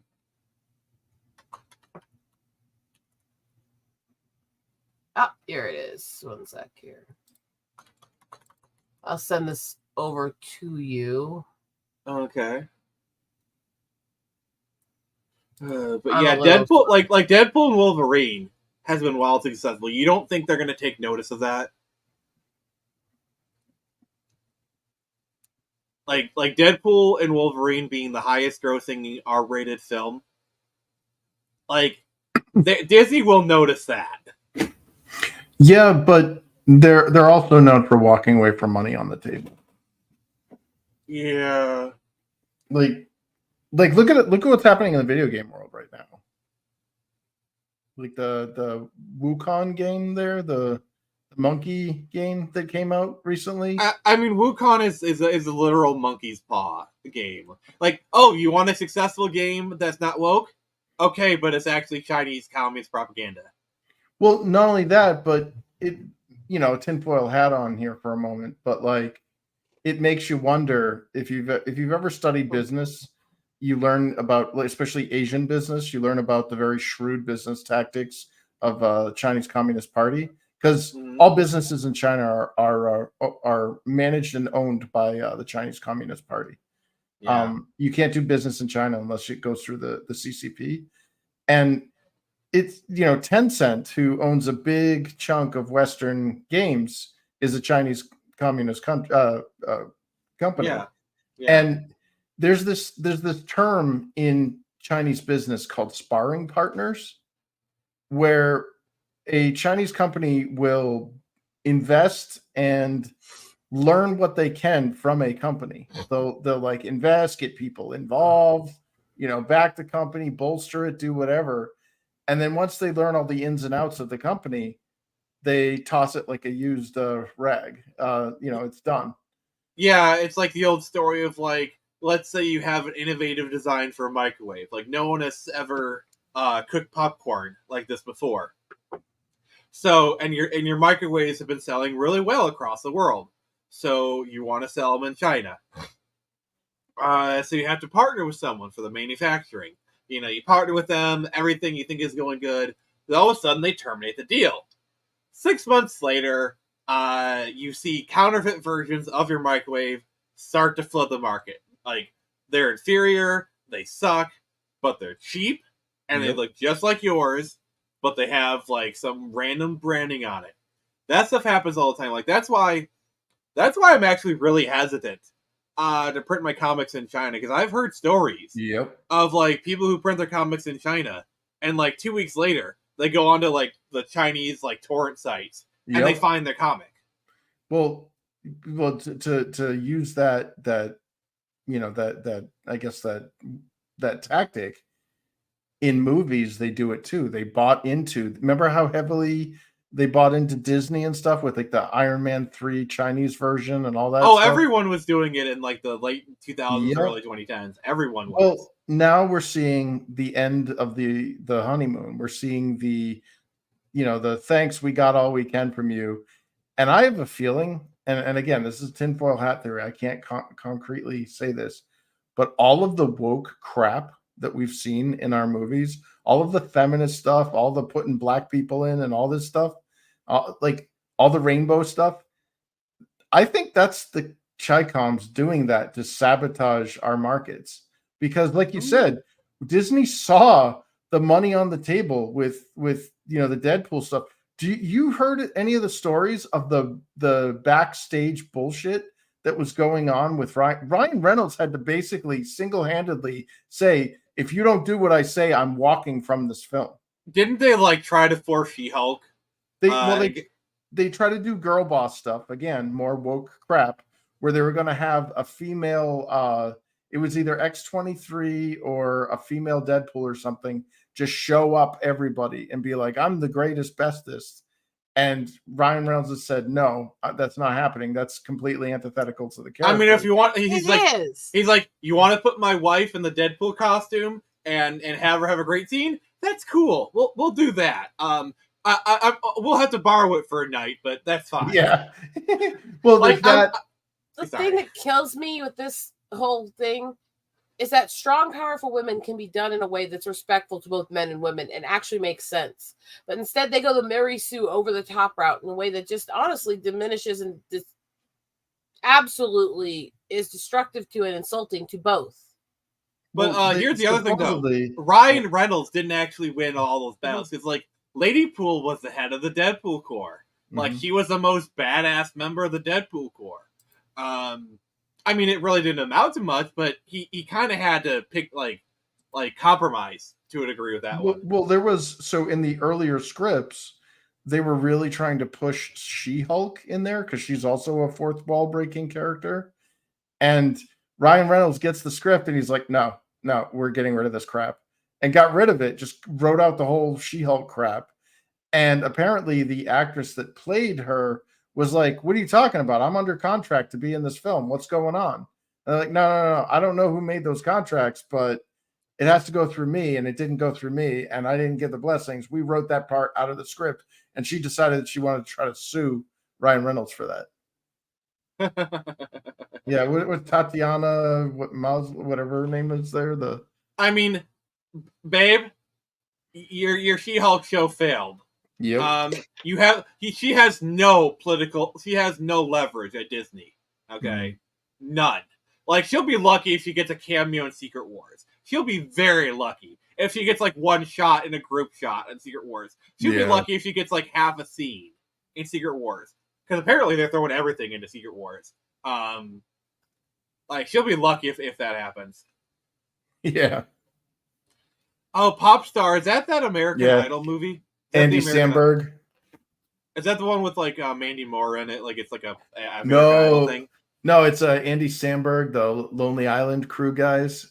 Andy Samberg plays a rapper who like never stop stopping. Like it's like he's just completely like it's like with Hot Rod and what was the other? I can't remember the other movies he did, but dude, it's freaking hilarious. Like, it's so obvious that certain factions of Disney want Daphne Keane to be Wolverine. I think that pissed me off as soon as the movie came out. The freaking garbage press people were like, oh, Daphne Keane should be Wolverine. No, X-23, please let her be her own hero. Please, for the love of God. Well, it's all about there's been a trope in the last decade of basically replacing established white male characters with younger female like daughter characters. Yeah, I think it was. I can't remember. Someone on my Twitter said they do that so the producers, the producers' daughters have a role. Yeah, there was a bit of that even in the early days of the female superheroes. That's why I didn't like even a lot of the ones in the 70s, is because they weren't writing really unique female characters. They were writing, oh look, it's the cousin of Superman. Oh look, it's the relation of Bruce Banner. Oh look, it's the commissioner's daughter. Oh look, it's like, Can we just have unique characters? Yeah, where's our Wonder Woman? Well, there's a little bit of a nuance there. Like, as far as She-Hulk was created because the Hulk TV show was popular, and they wanted to create a She-Hulk before the TV show did, because they knew the TV show would probably create a She-Hulk, and then they would own the right to that character. Like, they wanted to create a character so that if the show created a She-Hulk, they had to go through, which honestly was kind of smart. Well, I'll be honest. I do get. I'm saying that in the 60s and 70s, there were unique characters that were really good for women. And X-Men was great at having the unique female characters, but there was a lot of them that were just okay. Well, we want to appeal to this girl audience that's coming up in the hippie movement and the feminist movement, so we're just going to make a whole bunch of female versions of heroes that are already there. It's like. Well, here's the thing. If you go back and read a lot of the Claremont X-Men runs, which by the way did actually have a lot of female-centric stories.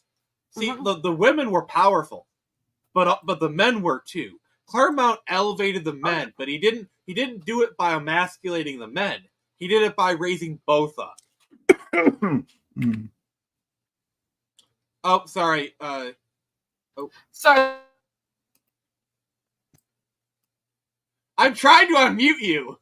I can't. I muted it. I had to deal with my husband real quick. Oh, okay. It's okay. It wasn't you. But it's like I got why they did to a degree, because they were trying to get the girls into these storylines and these characters, and yes, they put more thought into it than the modern ones. But at the same time, there was too many that were just versions of the male heroes that I was not a fan of that. Like She-Ra was basically, okay, we have this character He-Man, it's popular with the boys, but we want to hit the girls' market. Let's create this character called She-Ra. Well, yeah, it destroyed the market. She-Ra was created at the beginning, but she was not a main character. She was a side character at the beginning. And then they started trying to work her in more to get the girls into it more. It's like, the girls of us who loved that show, we didn't need her to become one of the main characters. We liked He-Man. We liked He-Man as he was. You know? See, and that's the thing that I think a lot of marketers don't understand is boys are perfectly capable of like identifying with females. Like, for example, I really love the Survivor trilogy of Tomb Raider. I really like the never give up, the determination stuff. Do I have boobs? Am I a female? No. But I still love it, and I see a lot of myself in Laura. I can put myself in there. And the women are the same thing. Like you said, women love He-Man. Do these, I'm going to stop there, but you know what I'm saying. Well, the problem is male-centric... Go ahead. Sorry. The problem is male-centric properties tend to be universally accepted by both sexes. But for some reason, when marketing teams make female-centric properties, they're completely off-putting to male audiences. Well, the problem is male properties are made with like universal themes, whereas the girl one's like, okay, we need to do a girl. Okay, rainbows, sparkles, pink, unicorn, like all the freaking girly stuff, and you might get girls to get to attach to it. But like you can, I don't know, like I'm trying to think of like a girly property within like the last 40 or 50 years that actually worked with males. Hunger Games? Yeah, Hunger Games. See, the thing with Hunger Games is it had a strong action element to it. Because I've only seen the movies, and I do like the movies. Because like because the thing with the Hunger Games is it's actually a perfect date movie, because the girl, like, the best kind of date movies are where the women are there and they're enjoying one aspect of the movie, and men are there enjoying a different aspect. Like, for Hunger Games, the girls would be like, oh, I love the love triangle between Katniss and Peeta, and the guy's like, she shot her with an arrow! She killed that dude! Well, I that's partly the woman, too. I laugh at them when they do this whole thing like, oh, it's pick me to say I'm not like other girls. It's like, no, that was a thing tomboys have said for a long time to make fun of the fact that we didn't fit in with our other females. They never had anything. They never had anything to do with trying to appeal to men or win male approval. It literally had to do with us laughing at the fact that we don't fit in with other girls because we don't get their shit. You know? I mean, probably at first, but like most things, it became overdone. It just became like a generic meme thing. Well, there's an amount to that to anything, but that again doesn't mean that the girls are doing it because they want male attention or approval. Well, my thing is, I'm not going to say there's not extremist women who've done that. I'm saying they're like trying to claim that basically everything that's tomboy is somehow you're doing it for male approval. It's like, no, that's just how we are, Peaches. I like to hunt and shoot. I like the rowdy stuff. I like violent movies. I like deep stuff. I'm not like other girls. My friends are male. Sorry. I'm not doing this because I want men to approve of me. I have not seen Witch. See, the problem with like tomboys is the left freaking hates tomboys because they do a lot of masculine stuff, but they're still women and they're still straight. And the other thing is guys love tomboys because like here's a little secret. If a woman wants to hunt, like legit hunt, the man is happy to bring her along. He is more than happy to bring his wife, his girl, like the girlfriend's like, I want to hunt with you, and I'm not just like stand there and complain. No, I want to gun on my own. I want to shoot a deer too. Oh man, the guys sit there and look at her and go, "That's hot." I mean, see, here's a dirty little secret, women. Like, if you actually legit want to be a part of hobbies and like not take it over, not make it all about you, men are happy to have you in there. Dude, like, you know the Lego test. Yes. It's a biological drive. They can't help it. What are you talking about? And I don't want to get into it. We've talked about it on the stream ad nauseum. I don't want to bring it up again. Just put it in private chat so I know what the hell he's talking about. Chris, put it in private chat for her benefit. But like the problem that I see in like in the gaming spaces is a lot of women. Let me tell you a story, okay? So I used to be part of a lot of different World of Warcraft guilds. Mm-hmm. And a situation that I saw time and time again, okay? I'd be on Discord. We'd be in voice chat. We'd just be talking about whatever, okay? And this would be going on for like 20, 30 minutes, an hour. And then inevitably, you hear the doo-doo, and you hear, hey! And then all of a sudden, all the nuanced conversation goes out the window, and everyone's talking to her. The conversation revolves around her. And I'm not even saying the woman is doing it on purpose. She might be. She probably is. But I'm not saying all women do that. Maybe this is just like guys being horn dogs or whatever. So I'm going to put some nuance in there. It can be both depending on the group and the situation. Yeah, that's why. I've had times I joined groups and I tried to sit quietly and the guys wouldn't stop trying to get me to talk to them. So it can be both. Yeah, that's why I'm putting that qualifier there, because I knew you'd bring that up. I knew you would. And I agree with you on that. But it annoyed the shit out of me. Because, like, we were having a great conversation. We were talking about this stuff, and now everything's centered around that girl, and it's annoying the crap out of me. And a lot of these women were perfectly nice, and they did their job in the guild fine. Like, I had no problem with these women. You know, like, they were nice, they're cordial, they're never, like, a lot of them were never rude to me. Like, I had no issue with them. You know, they're perfectly pleasant people. But I just hated how this happened, like, so many times. Great conversation. Boom, boom. Hey! Conversation over, it's all about her now. To be fair, I've actually seen that a lot on the other side when it actually would hang out with girls. The moment one of them's boyfriend or husband or something shows up, it's like all about him and all the male interests now. It's like, why? And I think it's just the girls trying to act like they're trying to be welcoming to him or something. Or it's the girls who like to flirt with other women's men.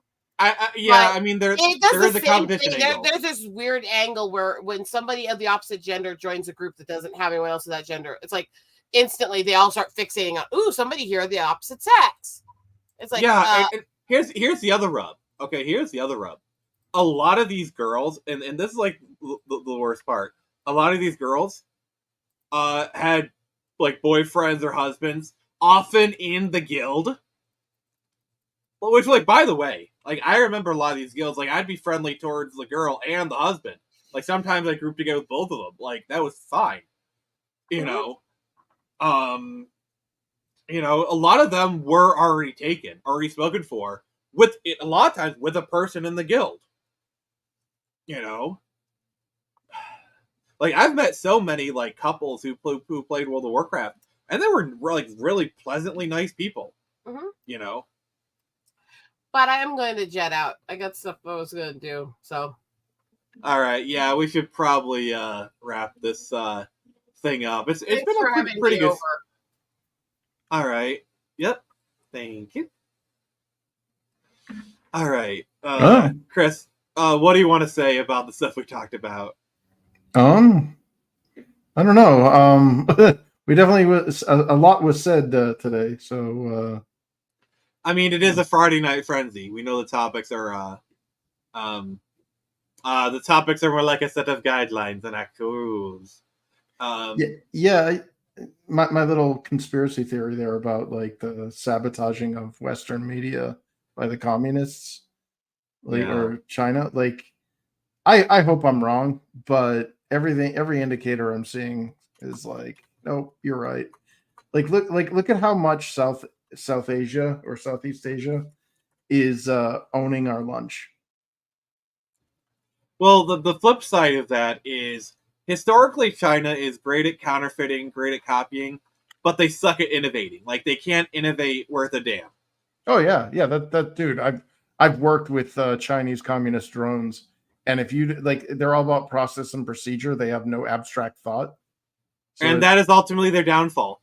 Like, you can copy everything. You can copy everything on the planet, but if you don't innovate, like honestly, if China had like an ounce of abstract thought, they would rule the world. But because they can't think for themselves, yeah. Oh, before we kind of go on, I need to kind of take a quick break. I need to acknowledge. Thank you guys so freaking much. You guys are showing up. Not only are we at 50 backers, we have passed 1,600. Thank you. There's 40. We got 46 hours to go. I'm going to still try to go for the first stretch goal, $2,000. We can get that bookmark. It's not over till it's over. But yeah, we'll talk about more of this in the wrap up. But we still got a little more show to talk about. Nice. So nice. Sorry to interrupt you, but I wanted to kind of talk about that. Yeah, I know there's this weird kind of like faux outrage happening right now in the wacko lefty game journalism, where they're all attacking that Wukong game, like, oh, it's sexist, it's not diverse enough, and blah blah blah blah blah. I mean, that was natural. We all knew that was going to happen. No, I wonder if that's also keep talking. I'll be right back.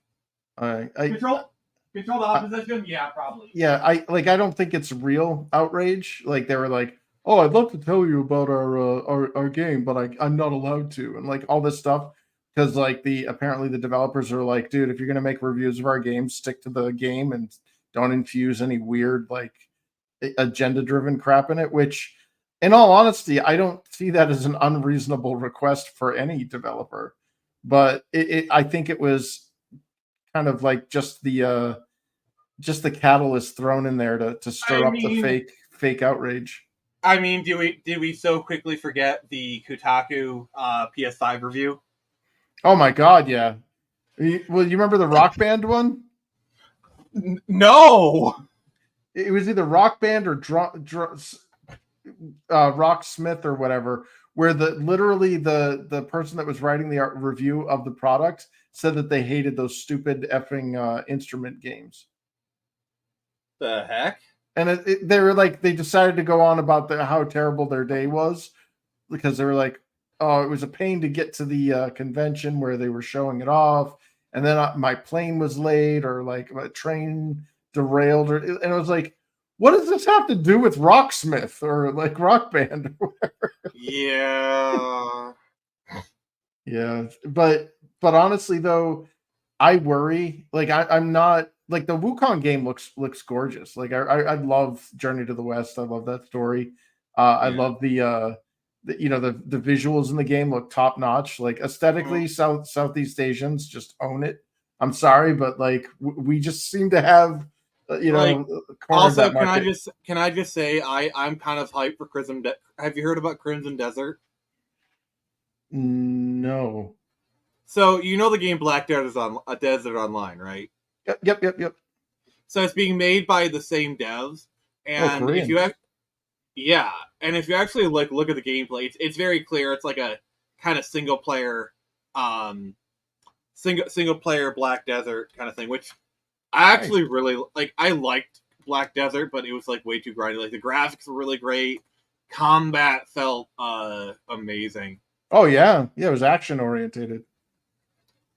I'm actually pulling up some gameplay of this. Yeah.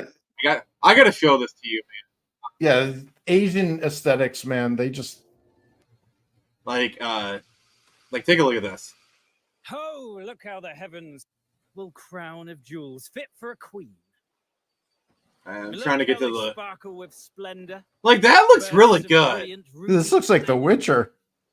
Yeah, that's the thing. That put the sea to manifest has moved. Now it looks like Breath of the Wild.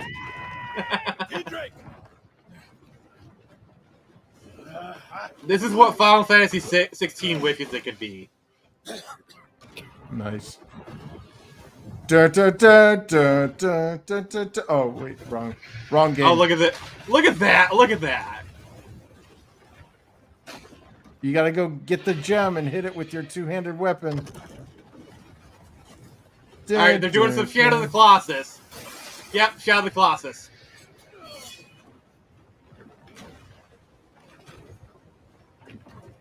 Seriously, does that not look legit, man? Yeah, it looks cool. I hope he has a hang glider too. Oh God. Yeah. Yeah, there's another one. They did. Oh, there we go. This boss battle. Oh my God.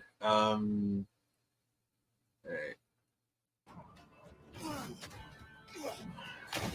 Look at that. Because Stone Cold said so. Do. Yeah. Well, I love how they're incorporating like things other than just like Rock'em Sock'em Robot Weed Whack sword like attacks. Yeah, I mean it's very clear they're taking systems from Black Desert Online. Like if you've ever played it, you can see a lot of this stuff. Oh yeah. What?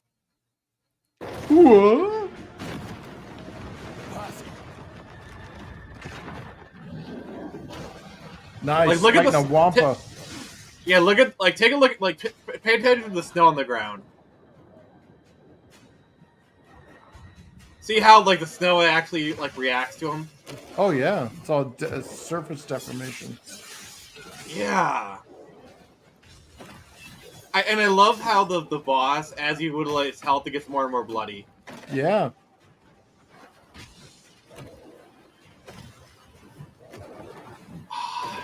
Doesn't this just look... Okay, can you see why I'm hyped for this game? Yeah, and this is why I'm sad, is that the USA and Japan were the two big video game creators, and now they've rotted. It's all that the SJW crap, and I know it's a cliched, overused term, but yeah. I just don't want woke shit in my games, and apparently that's too much of an ask, and I worry that it's an intentional sabotage of our markets because, dude, 30,000 people are out of work now since January of 2023. That's not that's a big indicator that something is very wrong. I wonder, see, the thing is, I wonder how much of that is oh, we overhired during COVID, now we need to correct that. Well, I'm sure there is. I'm sure some of that factors into it. But 30,000 people and multiple studios closing? Did you hear about that new, was it Legend of Mana game or whatever that came out? Visions of Mana. Yeah, and they... yeah, they shut down the studio before the game even came out. At least give it a chance to fail. Yeah. Well, they like, okay, the game's gone gold. Okay, collect your Cobra. You're all out. Goodbye. The thing that pisses me off is Tango Gameworks. They have a hit game with Hi-Fi Rush against all odds. It is a new IP. It is a weird game. It is a niche like rhythm kind of game. Yep. Cell shaded. They shadow dropped it. Like they announced it and dropped it at the same time. Like literally, it had everything against it, and it's still like imagine how successful that game would have been with an actual marketing push. Oh yeah, because it's clearly a game that people wanted. It's very clearly a game that people wanted. Like imagine if they get that like an actual like that game would have been so successful with a marketing push.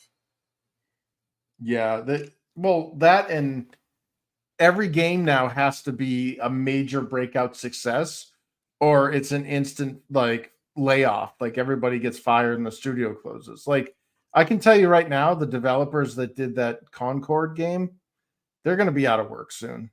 And the same thing with the Dustborn developers. Like, well, the problem with Concord is they spent 8 years developing it. Like they missed it's an Overwatch clone. That game should have taken 4 years max. I'm sorry. Well, who made these decisions? Like, why are you selling a $40 game in a free-to-play game market?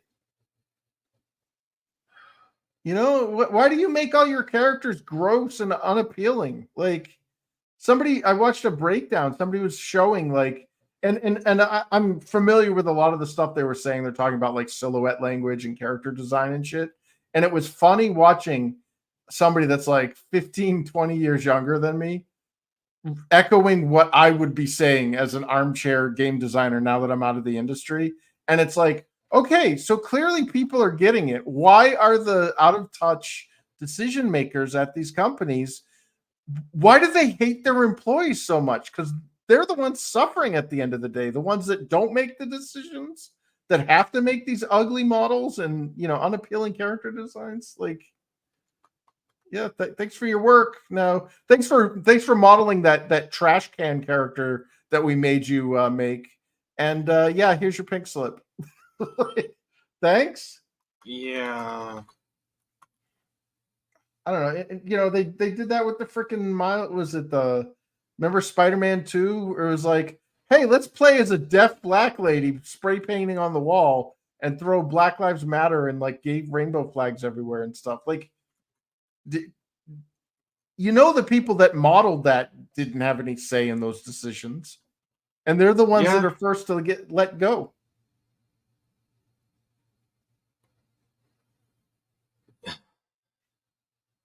But yeah, I don't know. I mean, I do like, and once again, I think it all just kind of comes back to the indie scene. Yeah. You know, like indie video games are where it's at. We're even starting to see the rise of AA gaming come back. Like Baldur's Gate. I mean, Larian Studios is starting to make the same mistakes everyone else does, but we're seeing other games that are like indie games are getting so good they're entering the AA space, and we desperately need AA games to come back. Well, we need American games to come back, because as awesome as the Wukong game is, as awesome as the Red Desert game is, and all that, like, that's not putting money into the American economy. And the thing is, if you look at the indie video game scene, they're doing everything people want. Like, there's a lot, like, see, you get two types of indie games. You have the brilliant new kind of gameplay mechanic or new way to look at gaming, or, hey, look, I made a platformer with really pretty graphics. Like, this is how ridiculous some of these indie games. Like, oh, this is a video game where I literally hand stitched the pixel art or something. Like, yeah. It's like, okay, yeah, I see you put a lot of effort into it and it looks cool. Like, there's a lot of these games, like, they look gorgeous, but mechanically they're generic as hell. Well, that's, for a while, that's what Asian games were. Like, the Korean games, they joke as they call it a job simulator.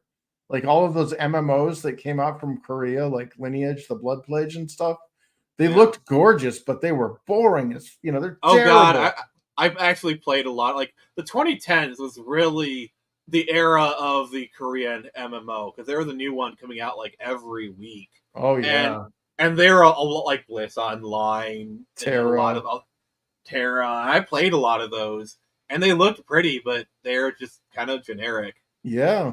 Like, okay, yeah, it's demons with his boobies hanging out. Yeah, that's cool. But like, you know, kind of thing. Yeah, look at that. Like, yeah, the Goodbye Volcano. I forgot about that piece of crap. Like, who is that for? Like, you're in a business, dude. Like, identify your audience and make a product for them. Like, this isn't hard to like. You're not making a game for you and your 6 Tumblr friends. Like, yeah. And well, the problem is Twitter amplifies a lot of these idiots, and so like you know these boomer devs have no clue. Like, so you have the problem is these decisions aren't being made by the leaders. They're looking towards their younger staff. Like, I think it was like one translator that ruined a game or something. Like, this happens a lot. Like, the localizers are telling the Japanese how to make their games. Yeah, it's really bad. And these localizers are like, we want to break into Western market. How do we break into Western market? Because they don't know how. They don't know. So they ask their localizers, and they're like, oh, you need to go super woke. You need to have everyone be gay. And they're like, okay, this person that we trust and know what they're saying says to make them gay. Let's make them gay. Why is our game not selling? We did what they told us to do. Yeah. You know. Yeah. It just. Have you heard of Andy Pants? I haven't now. So Andy Pants is a YouTuber who I don't think he's very shy about his religious affiliation. He's very, very Christian. But he broke down, he has a video out called like, you know, why is there no masculinity in video games anymore? And it's funny because he tears into it and he's very, very obtuse in his wording. Like he's not diplomatic at all. And it's kind of refreshing, to be honest. But like he tears into this stuff and he's just like, nobody wants this gay shit. Like, even gay people don't want this gay shit. Oh, like I mean, we both have like a lot of friends who are gay or trans. Yeah. And they're tired of this shit. They're tired of like rainbow marketing. Like that's why I feel like Pride Month is starting to die out. Like, oh yeah. Like, look at like this year's Pride Month. It was actually like quite a whimper. And it's what's surprising is they were doing it full force last year, but there was a big pushback against it. Now there's a whimper. Like, there's companies that didn't even change their profile picture. Like, even a year ago, that would have been unheard of.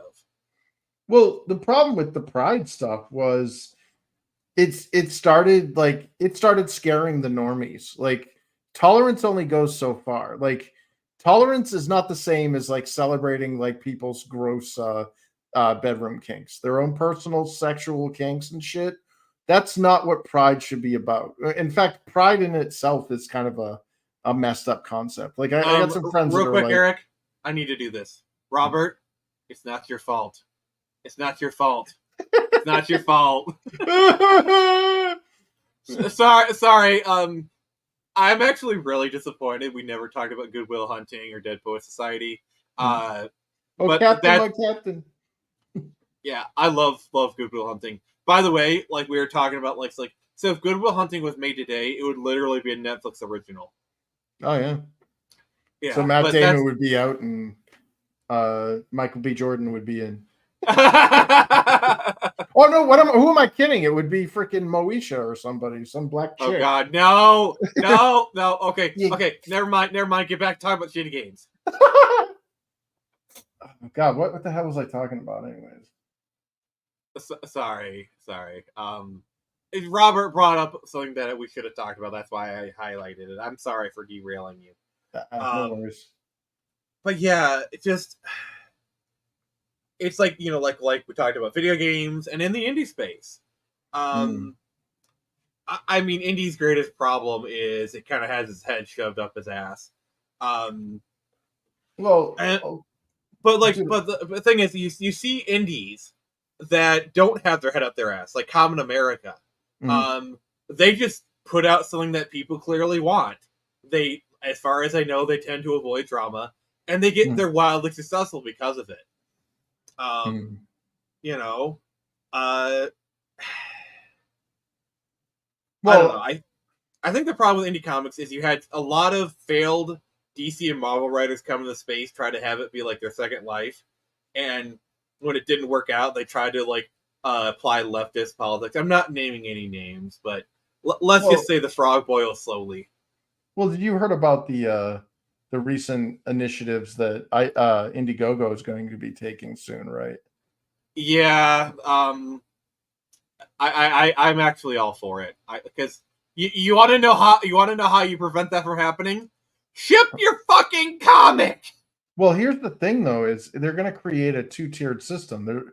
They're trying to like on the surface, it sounds really good, but I started reading some of the fine print, and they're asking for like a recurring fee to be part of like the elite club or whatever the hell their like trusted whatever is. What? And yeah, and like if you're not paying that recurring fee, you're going to get shadow banned. Essentially, you're not going to get any support, and you're basically going to fall off.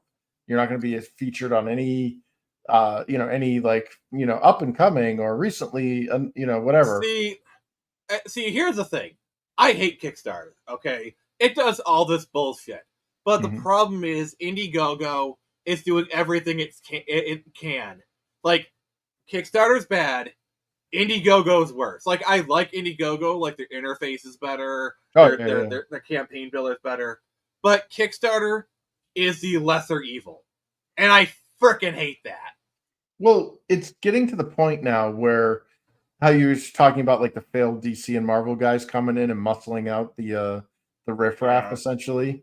Well, these crowdfunding platforms now with all this crap, all these initiatives, ones that are already in Kickstarter, and now they'll be adding them into Indiegogo, further negating any value of Indiegogo, is they're incentivizing corporations to basically, the named people, the companies that everybody knows, to come in and do like pre-orders or something and be like, look, we're selling.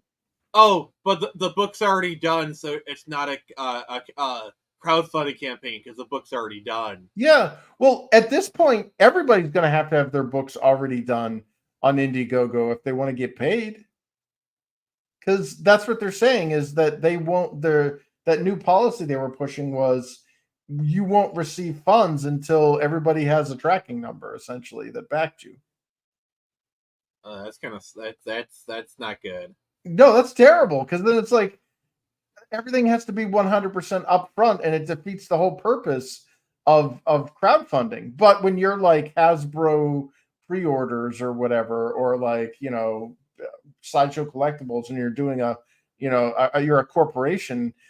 Not only that, but like all that shit is now glutting up the the front page or whatever, or the top 5 or 10, or like a computer company from China launches their 5th handheld this week, and they do another $1 million Indiegogo. Yep.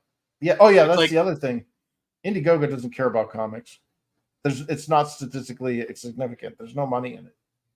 See, Kickstarter, as much as I hate it, at least you can still get some traction on your stuff. See, I was really frustrated with Kickstarter. Like, I was about to like go back to Indiegogo, but all this stuff, like, all right, great. Now I have to like stick with Kickstarter because as much as I hate the bull crap, it's kind of the best of the worst, I guess. Yeah. Well, they lost sight of what crowdfunding was because a bunch of scumbags moved in and effed it up for everybody else. Like, we're now at a point where genuine crowdfunding doesn't really exist anymore. I mean, like, it exists, but it's nobody really kind of looks at it. Well, like the big successful comics or whatever, like the indie stuff, yeah, it's YouTube merch. Like, it's either YouTube merch or those people let me give you an example, okay? Mm-hmm.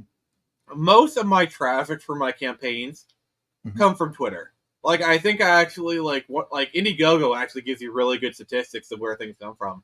Oh yeah, I think on one campaign, 75% of my donations came from Twitter. So wow. I could probably go anywhere, and most of my people would follow me.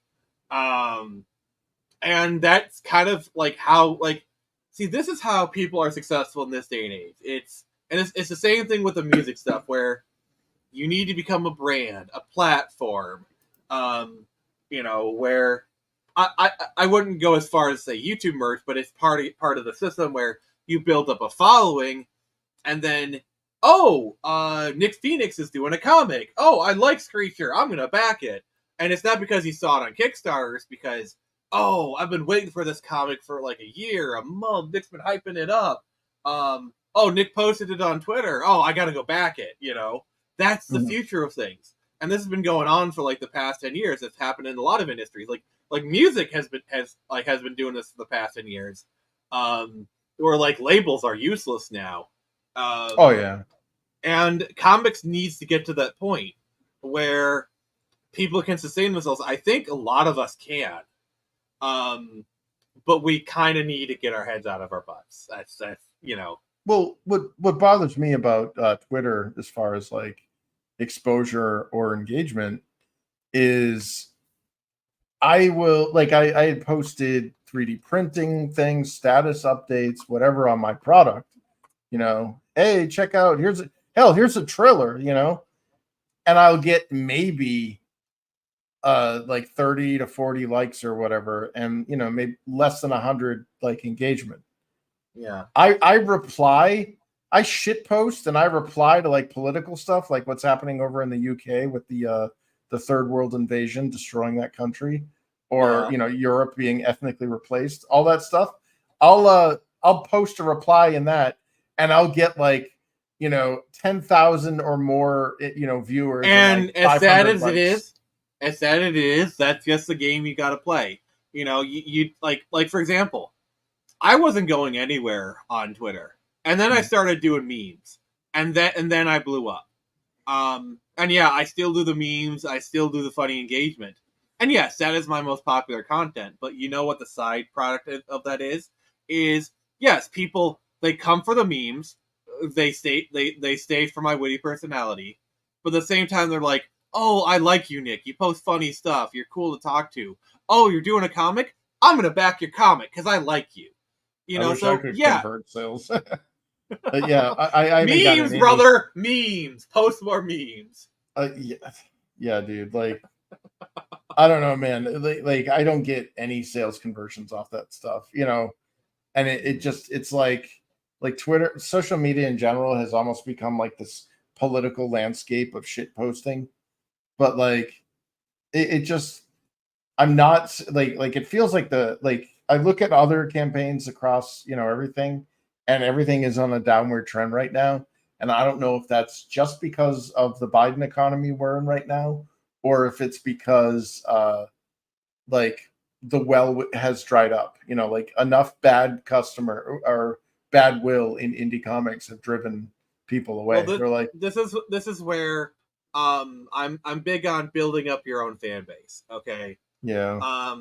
Because I have people that regularly buy my stuff. By the way, if you're a person regularly buy my stuff, thank you. And if you have a following, you're kind of insulated from downward trends. Like I focus on building a community of people who regularly buy my content. Because I think like Tonic Mole said, it's better to sell to 300 people every time than to I sold to 3,000 people, I sold to 30 people, I sold to 9,000 people, I sold to one person. It's better to have that consistent backing, even if it's lower, and then build it up over time, than to have it wildly fluctuate. Yeah, that's my opinion. So I focus a lot on building a community. I try very hard to be positive, be fun. I want to be a fun place, and that extends even to this YouTube channel. I want people to come here to have fun and talk. Like, yeah, we touch upon some topics. I don't try and go too into the negative stuff. But, I don't want to be like positive all the time. Nothing negative exists here. Like, yeah, negative stuff happens. But I try to kind of feel like, yeah, life sucks, but it doesn't have to. That's kind of my thing. Life is what you make of it. Yeah, I'm hoping that there's different kind of avenues for outreach in like conventions or just hitting the pavement. Wait, you haven't done your first convention yet, have you? Well, no, that I'll be doing that next month. I'm going to tell you right now, you're going to become addicted. It is a very electrifying atmosphere. You're like also knowing the quality of your stuff.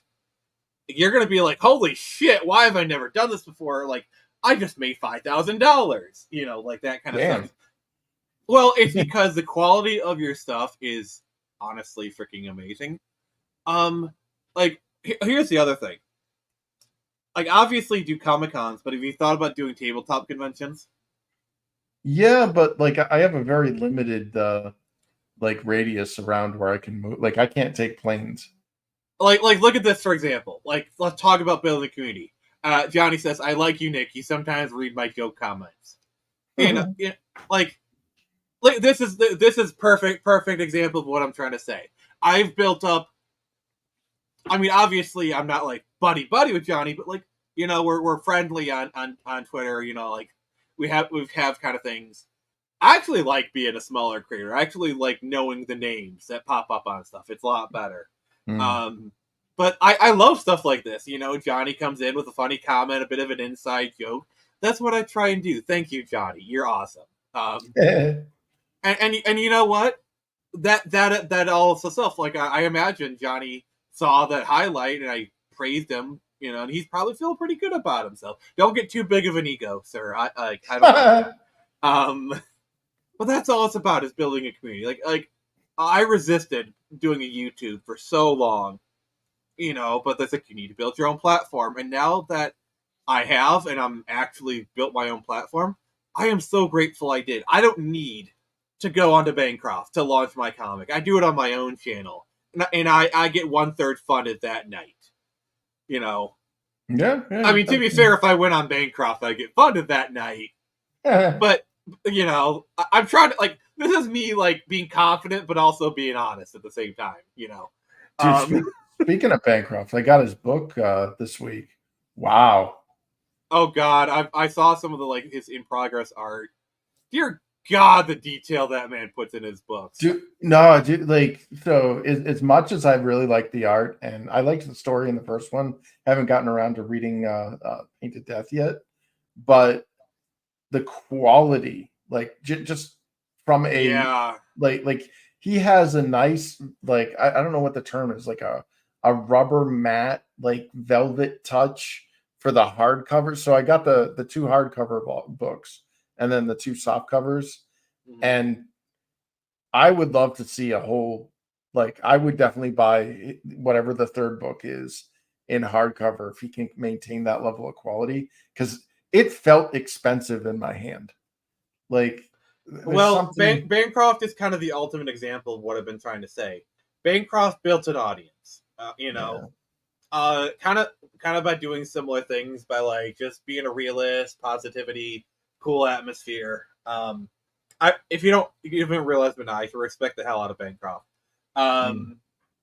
And he gets rewarded for it. Obviously, his books are amazing. He does great YouTube content.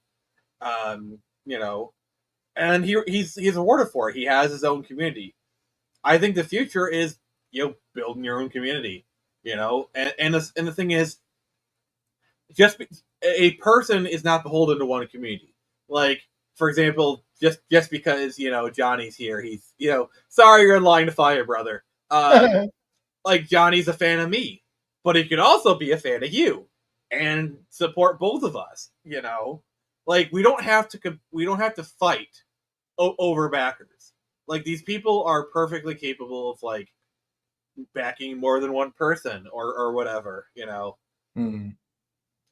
I don't know. Yeah. Yeah, I just the social media, like the Twitter stuff. I was just like, kind of taken aback by like how disproportionate, like, and I wasn't getting any sales conversions off of that. So Yeah. and it's like, wow, that's so if I shit post, I get like thousands of likes, but if I post anything about like it made me for introspective, like, wow, does my product just suck or whatever? And then I'm looking at my my surveys that I send out, and it's like, well, clearly, if it sucked, these people would be like, dude, your product sucks, or they just wouldn't answer the surveys. Yeah. So I don't think it's a bad product. I Oh, it's don't know. not. You do not have a bad product, sir. Oh, thanks. I just worry because, like you're almost it's like having a neuroses. Like you're the worst person to judge your neuroses. Like don't tell me how I feel. Like, yeah. But like that's how I feel about products too. It's like like when I worked on video games, I had that nagging feeling every game I worked on. I was like, this game sucks. Yeah. And it turned out my nagging suspicions were correct. And Johnny, you are not me. I welcome you here. Sorry, I gotta be the thing. But yeah, you have a good product, sir. You're like, honestly, every time you show me your stuff, I'm just flabbergasted at what you're doing. I think I've told you this before. You're about 5 years ahead of everyone else. Damn. I don't know, dude. Have you seen what Neff put out? Holy crap! It took me like 3 days to get through that giant box of Mavericks. Nefarious Watcher? No. Was it Global Frequency Studios? Oh yeah, we don't talk about him here. We don't talk about him here. Okay. Yeah. That which will not be spoken about had a big honking yeah. I was like, damn, dude. Somebody watched and just said, okay, I like what they're doing there. Yoink. All right. Yeah. I don't have the money to front load that kind of like it sucks because like I see a lot of stuff coming back from indies that like sent their stuff out to China, and they're like, like they got these like gorgeous boxes printed and stuff from China, and they're kind of on the expensive side, but they're not, they're doable. And I'm just like, I don't want to send my shit to China. Like, yeah, I wouldn't have my comic printed, but like stuff like boxes or stuff like that, I might do it there because, like, oh, they ripped off my box. Oh no.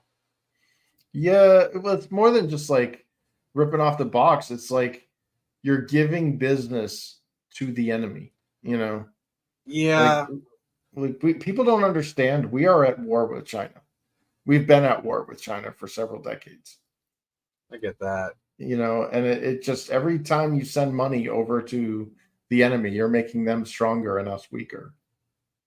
And it's like, oh, well, that's global business or whatever. And it's like, so what can we do to incentivize like domestic business? Like, I'm a domestic business. I can tell you what your average person can do to incentivize global business. Back Lost Kingdom on Kickstarter.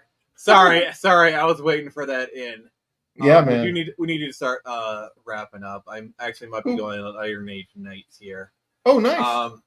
Yeah, I was on it before. That was a great boon. Yeah. Apparently, they might like.